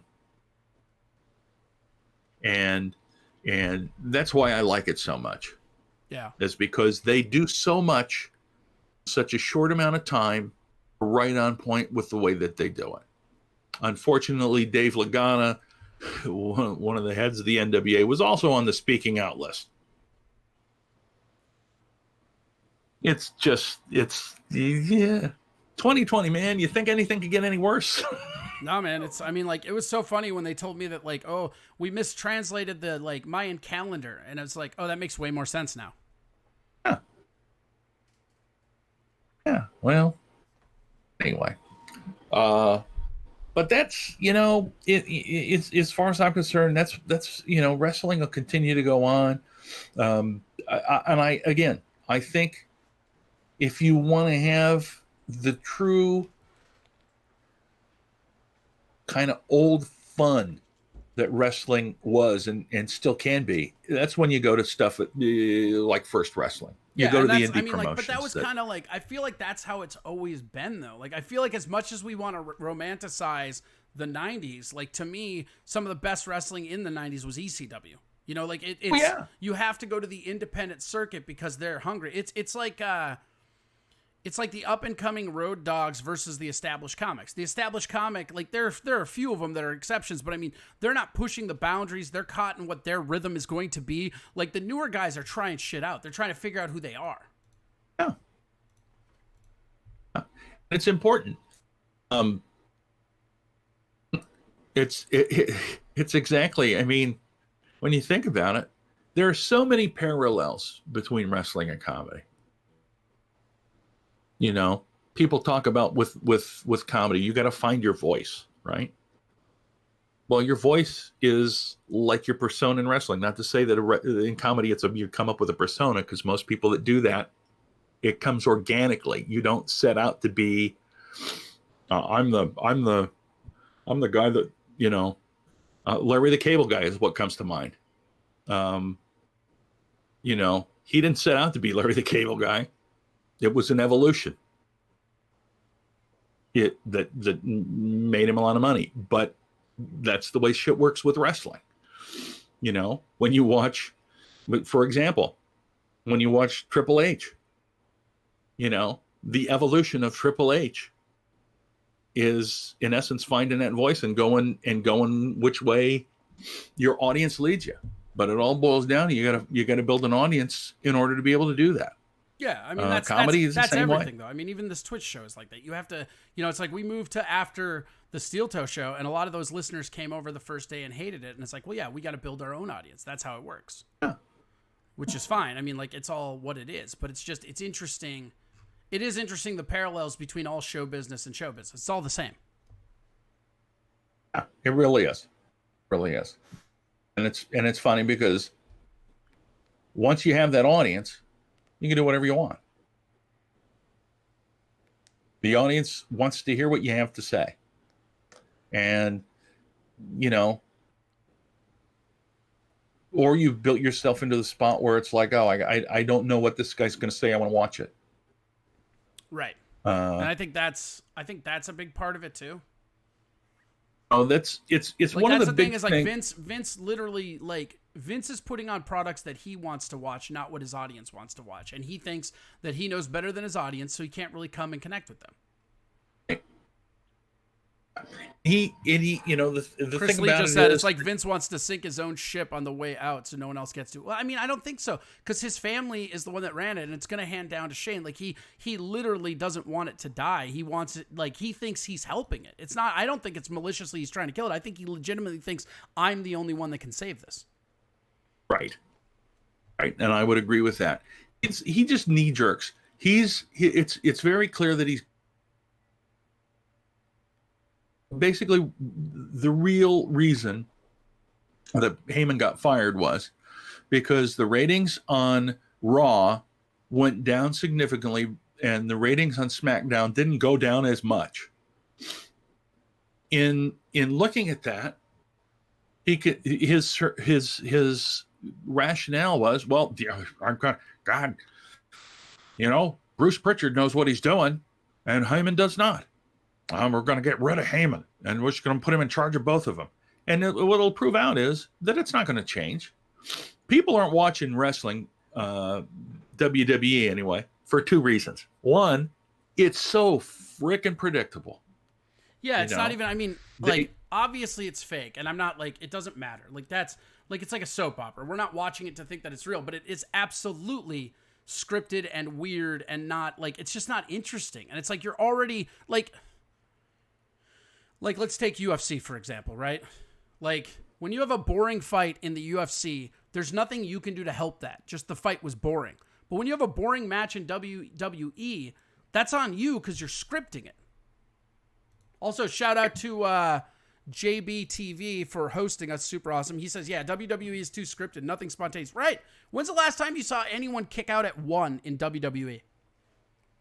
Not only kick out at 1, how many matches are ended with not with finishing moves, but with a surprise roll-up? Or with 17 finishing moves that don't work and then a surprise roll-up. I mean, that's you and I, and maybe we'll save this for next week, but you and I have to talk about that because I think the finishing move stuff is the stuff that's just driving me away from wrestling completely. Like it's already this fictitious thing. Like when somebody throws down, I mean, even when I was a kid, you saw that Hulk Hogan leg drop and you knew it was done.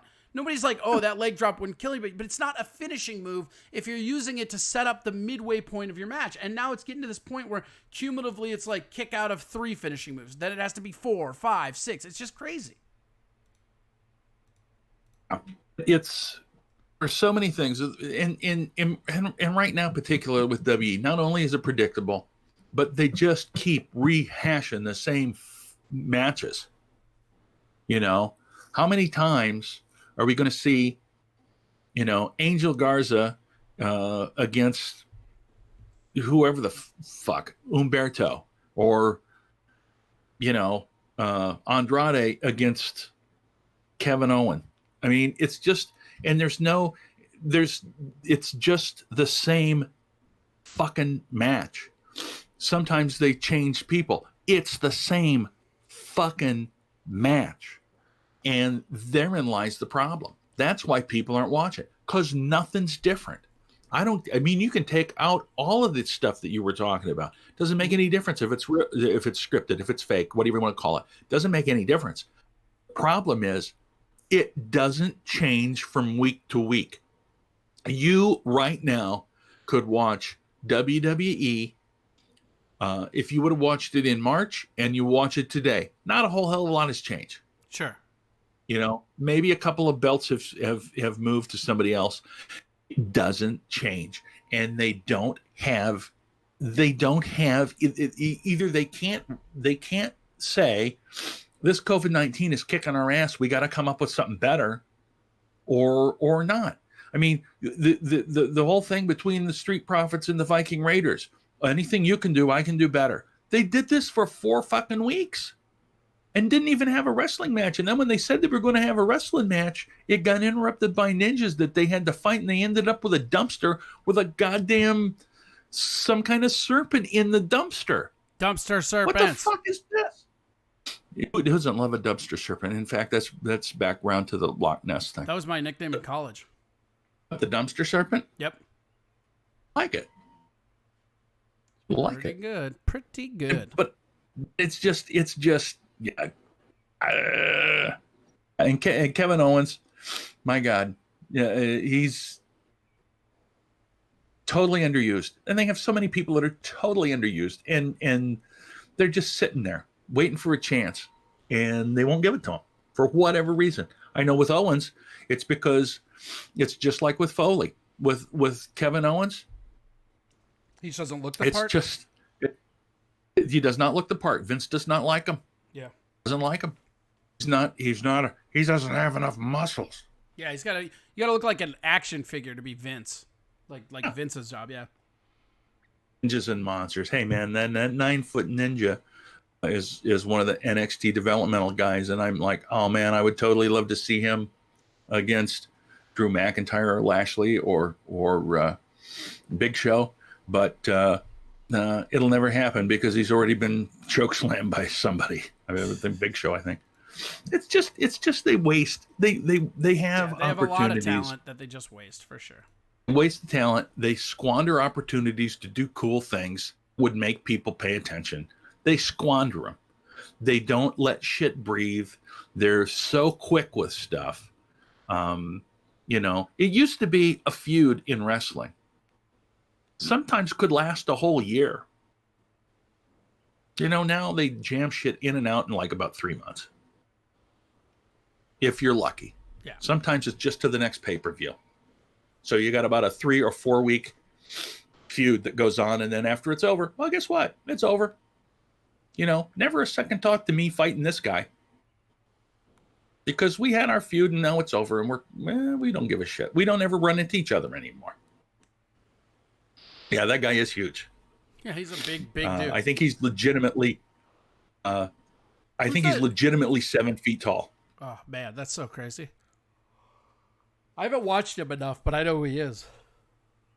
But it's interesting because again, you know, it's like the Russo aspect of where like anybody coming out of a box can get over with Vince. Like he just doesn't understand it. He's just like not connected. Like we're saying, the industry and the product is growing underneath us. Like it's going to a different demographic that we're not, and that's fine. But at the same time, I feel like if you or I own WWE in Vince's shoes, we would recognize that and be like, oh shit, I don't really know what's hip anymore. And but that's the thing, because he's not in touch with it, he doesn't know that. Okay. You know, like, do you think Vince McMahon knows what TikTok is? I think he might have heard of it. I don't even think he knows what. He doesn't know what it is for sure. I don't even think he knows what Twitch is. Yeah, I mean, clearly he doesn't, because there's channels that play WWE wrestling. Like if he knew what Twitch was, like that would be gone immediately. Let's be honest. First of all, it would be gone immediately, and second of all, he'd have his own fucking channel on here. Yeah. Yes, he would. Oh, I mean, that's the thing that like surprises me. You'd think more people would have the channels on there, you know? Yeah. I mean, God, it's just unbelievable. It's pretty crazy.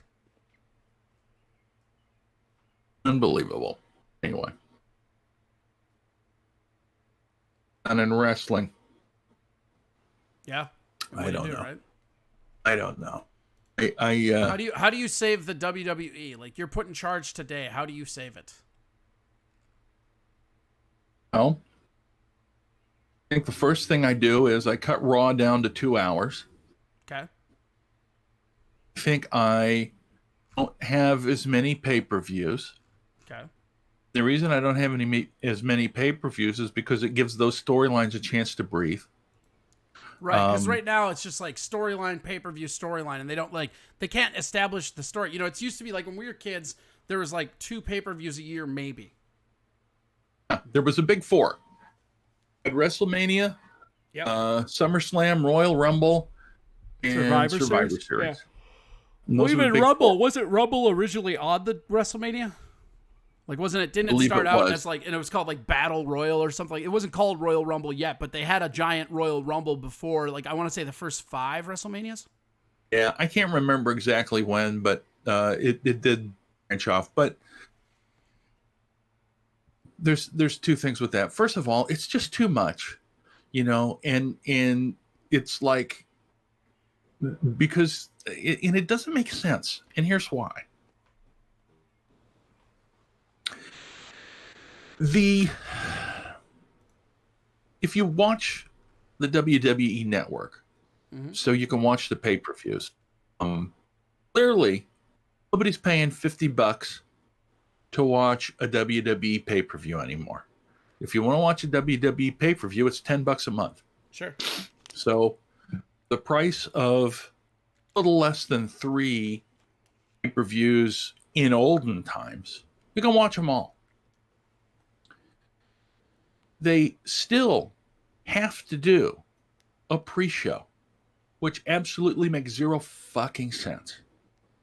Because they're, you know, this whole, oh yeah, well, it's our pre-show. The pre-show used to be there because they'd play it for free somewhere like USA Network and then direct you to go buy the pay-per-view before it started. That isn't the case anymore. It's on the network. All you do is stay there and it just shows up. Now, I don't know who in the hell is not paying for the network if they want to watch even one goddamn pay-per-view on WWE. So that's a waste too. That's the other thing that I'm totally rid of, because it doesn't serve a purpose. Right. You know, I don't know, man. It's. I think the other thing I would do would be probably, I would do away with all of the goddamn roll-ups. Yeah, the Raw post show, the bump. I mean, they've got some content that's really good. All right, but they've also got some that's just there to like be filler. It's just like, I mean, as much as I like the Impractical Jokers, they're on the fucking True TV all the fucking time because they need to put shit on that channel. It's filler, and I don't know. I mean, there's something to be said for quality over quantity, and so that's the main thing I think I would do. Would be. I mean, there's nothing wrong with the talent that they have. They just have to use it better. They have to have more. They have to have more. I don't know. Creative stories. Allow the personalities to be themselves. I guess that's more the thing. Yeah, they got to give more control to the artist. I mean, we're seeing with AEW, the product goes up through the roof when they just let turns out these guys that devoted their whole life to wrestling, and girls, like, they understand more about the industry than a bunch of corporate bigwigs that paid their dues, 50 years ago? I mean, let's be honest. Vince McMahon was more, I would say he was more involved in the business and the takeover and the way that he really consolidated everything under his own umbrella. At the time, he was letting the wrestlers be themselves, and that's how the whole thing went over. Granted, he had some ideas, I'm sure, but if you ask him, he's the guy that made Hulk Hogan. He's the guy that made Hulkamania. Well, we all know that was happening in AWA before he was ever with WWF. Right, Hulk Hogan made Hulk Hogan. I mean, that's so the reality with wrestling is that it's one of the reasons why I'm not a big Ric Flair guy, because of fucking Buddy Rogers. You know what I mean? Like you have, and I get everybody steals stuff. I get that. I'm not mad about that. But what's interesting is you look at these people and they're coming at it from a completely different thing. There's plenty of people that they could make a really good show with at WWE if they wanted to. They don't want to. They want to make sure that it's PG. They want to make sure that it's, and this is part of the problem in the fact that it's a publicly held company. So now they have stockholders that they have to answer to, people that have invested. Sure. And they don't want to piss off the sponsors. Oh, and they got to make their money. I mean, that's first and foremost. Yeah, it's a difficult thing. And if you own stock in WWE, you want to make sure that it's still a value to the people that have bought it. Yeah, it's interesting. They've got all of this content that they own, the network, WWE as a whole, but they have this network. And Chris says he wishes they had some more AWA on the network. I'm not sure how all of it works. Some of the AWA stuff for a while, they were on ESPN. And so I don't know if any of that content went with. There are some kind of cool things from AWA that are on there. But it's all, you kind of got to look for it. And that's part of the big problem, is just to find, then you got to go down these rabbit holes. Sure. There are good things about that network and bad things about it. One of the best things is you can go back and watch some of the iconic moments in wrestling For example, one of the things I love to go back and watch is the birth of the NWO. Yeah, that whole storyline. Chris Lee just said Fox canceled WWE Backstage. They did because the ratings were shitty. The ratings are shitty on everything they do, though. Yeah.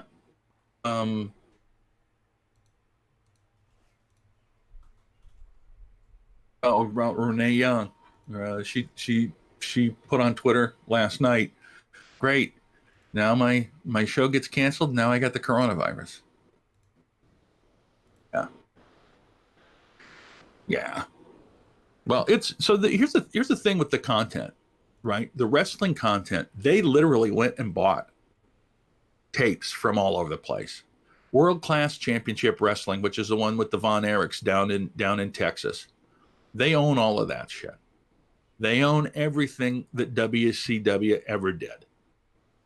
What other ones do they have on there? They've got some Mid-South. I don't think they have it all. But here's the thing.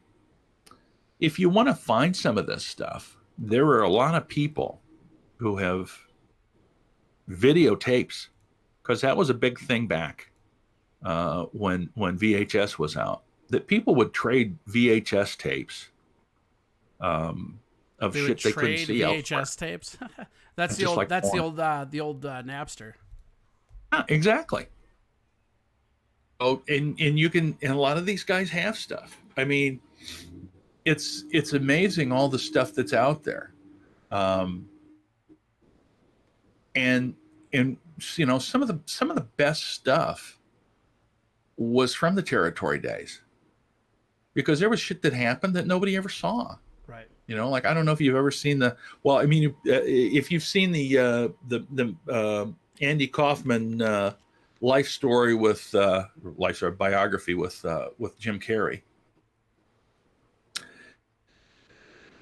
I like that, but the better thing to watch, and you guys can go and track this down if you want to, is King Kong Dong wants your jacket. Where can he find it? You can go and on the Evil Knievel fan site. I believe you can get it. There you go. All right, continue. Or special order it, or you can take a picture. Anyway. I mean, Andy Kaufman stuff was some of the best stuff in wrestling, and I mean, this is to tell you how old I am. I used to watch Mid-South. Yeah, Mid-South was good stuff. I'm gonna run to the bathroom real quick. Keep them occupied. Go. Okay, I'll try.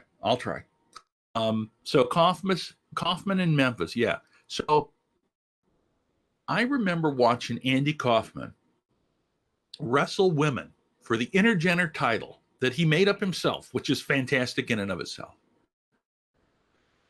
But on the Merv Griffin show and the Mike Douglas show, which were like these talk shows back in the days, it would be on in the afternoon, and my mother would watch him, you know, and be on after school and shit. I remember him wrestling on there. He'd have plant women that would come and do it. But it was just amazing to me. And all the stuff that he did in Memphis is literally some of the best stuff in wrestling.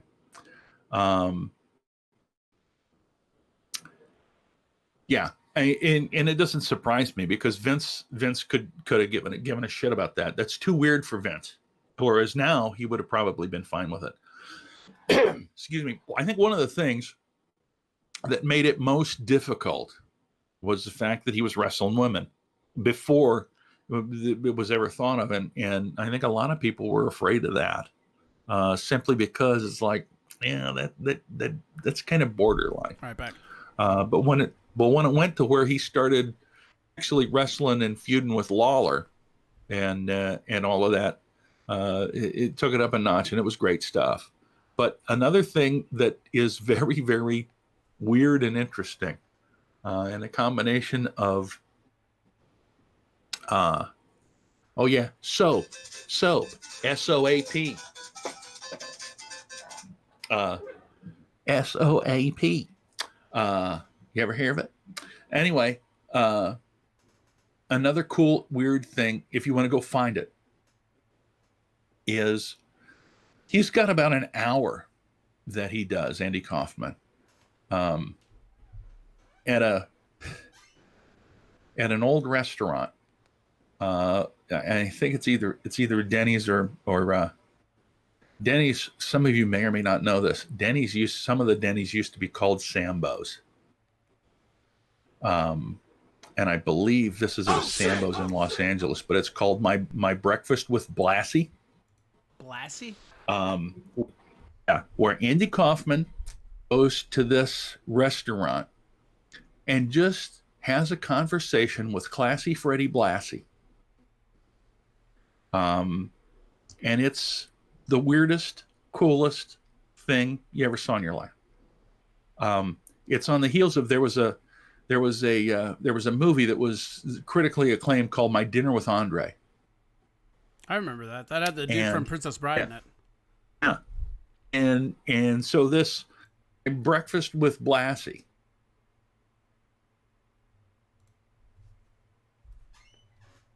Blassie. I'm guessing it's on YouTube.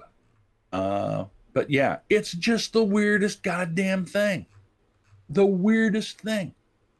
And it's weird for so many reasons, and there's some stuff in there that's wrong and would not be acceptable now. But it's just like it's one of the weirdest things, but yet explains a lot about frickin' Andy Kaufman, that's for sure. But yeah, the whole Letterman thing, I mean, God, it's just crazy. And then Andy Kaufman, of course, imploded upon himself by having people on Saturday Night Live, where basically he became famous, having him vote him off the show. Cut. And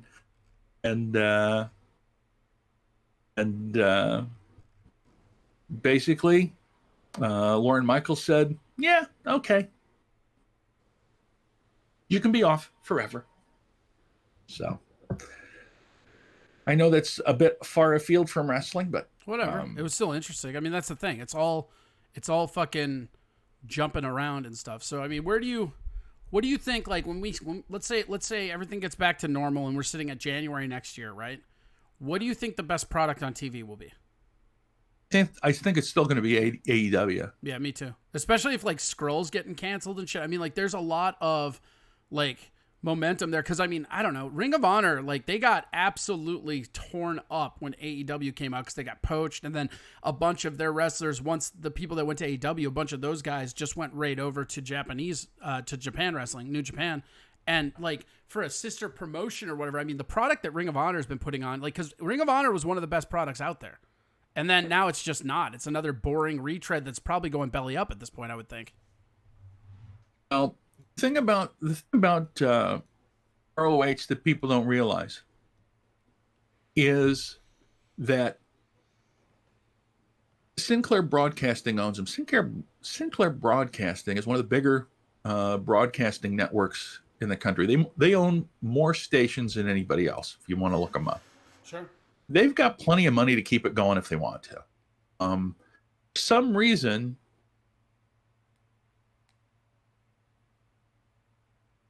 but like I don't know, because like they TBS will bring out its own product eventually. Like Turner's not gonna sit in the wings.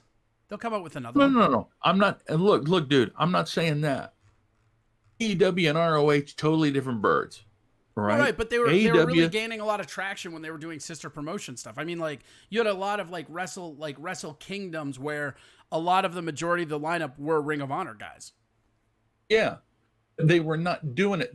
Okay, so they only really did one combo with AEW, and that was All In. Okay. What about I thought that G1 or whatever it was like a combo thing. Oh, no. Okay, so here's a different thing. You have to realize that in AEW, some of the talent has in their contracts that they can do other things. Moxley's one, Jericho's one. They can work with other promotions. Sure. All right. But as a whole, AEW wrestlers don't have that. ROH does, because ROH, like with the G1, ROH in New Japan basically are partners. That partnership does not exist with AEW. So you'll have a handful of guys that can do it from AEW if they choose to. ROH is going to be the majority of guys, as you said, and you'll have New Japan guys, and you might, depending again on the contracts, you might have some Impact guys. But for the most part, ROH is kind of this self-fulfilling thing, this self-sustaining thing that Sinclair Broadcasting owns. It's different from AEW and TNT's relationship because TNT does not own AEW. AEW owns AEW. The Khan family owns AEW. And Sinclair is similar to WWE in that they've got stockholders. People, you can buy shares of Sinclair Broadcasting if you want to. Is that Viacom? But no, it's not. So what they own is, it's not a network per se. Sure. They own stations. Sure. So it's kind of like those people that like sell those like travel networks, but they don't actually own the timeshare. They just can like outfit you into it. Yeah. It's like a middleman almost. Middleman wrestling.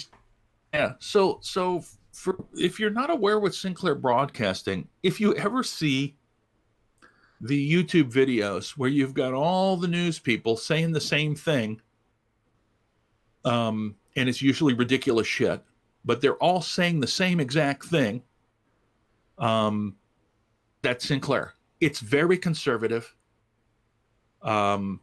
It's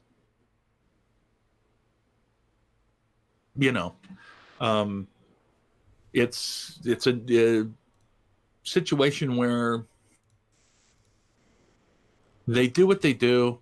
They're totally, but they're totally pro Trump. And so their situation is a little bit different than everybody else's. Sure. ROH is owned by them. If ROH wants to do anything, they got to go up the Sinclair ladder. You know like what I mean? Sinclair ladder match? So that'd be nice. Wouldn't it? That'd be cool. I would watch that. Sinclair, ROH, right?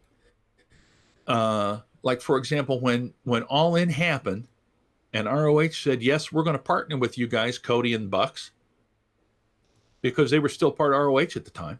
Sure. Sinclair had a hand in that. Sinclair had to approve that happened. Right. I don't know. The thing with ROH is Marty Scurll. Who knows what's going to happen? Because if anything, if there is any substance to the accusations that were made about him, which it seems like there might be, that's going to change a lot of shit because he's in charge of that show. So I don't know what'll happen with that. It seems like Sinclair wants to keep him. It seems like they must bring something to the table for them. What that is, I don't know. But anyway, am I a libertarian? I don't know, to be honest with you. By strict definition, I don't know if I am or not, to be honest. All I know is I am not a fan of a two-party system. I don't think voting for the lesser of two evils is ever a good way to do things, and I don't like the fact that we have, by we meaning my generation and a couple down, have voted all of this fucking garbage upon ourselves.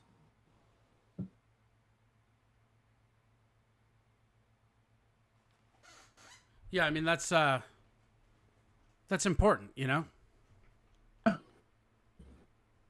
just how it is. Well, anyway, that didn't have anything to do with wrestling, really. But Well, it doesn't necessarily have to. All right. Well, hey, we're just about out of here. Thanks for joining us, buddy. Absolutely, friend. And I will look forward to talking to you again. Yes, sir. Have a great one, buddy. Too, man. That was John Rusell, the resident wrestling expert. Pretty good stuff. Pretty good. If you want to go find out more of him, he does a bunch of different stuff. Yeah. Apparently this happened in the UK. 16 is legal. Ooh, that's gross. I think there would be about 4 to 5 different parties with some chance. Marty might be fine with people looking at it. Yeah. It's interesting. All right. What else do we have to do here? Let's see here. Let's go to that. Oh, this is kind of fun, actually. There was a Flaming Lips concert in which they used giant bubbles. Kind of funny. Let's see. We'll put that in the Show Talk page quick. Boom. All right. And then, yeah, he's really good. I mean, he's a big wrestling guy. Like, he knows his ins and outs, man. It's pretty great. Yeah, here's a clip I found. This is the Flaming Lips, and this is what they're doing. Whoops. This is what they're doing for that. It's pretty great. Let me just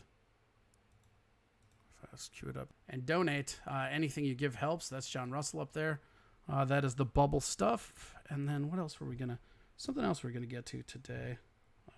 Links. Oh yeah, Stossel. We didn't get to Stossel yet, did we? Maybe we'll save that for tomorrow. Coming up right around time. Yeah, you know what? I feel like that was good. Yeah, thank you guys so much for watching. We do it Monday through Friday, 10 a.m. to 2 p.m. Come back, or 1 p.m. rather, not 2 p.m. That would be insane. Yeah, we'll see you guys tomorrow. Are you picking up any M21 tomorrow? I am not. Should I be? I don't even know what M21 is. Let's take a look. Oh, Magic 21, right? Yeah. No, I don't know. I might not. It's weird. Who knows? Yeah, I see it. That's fine. Thank you. Thanks for watching. You guys are awesome. Don't forget, like I said, like and everything, and we will be back tomorrow. We're going to cut this one just a little early, but you guys have been awesome, and we will see you tomorrow.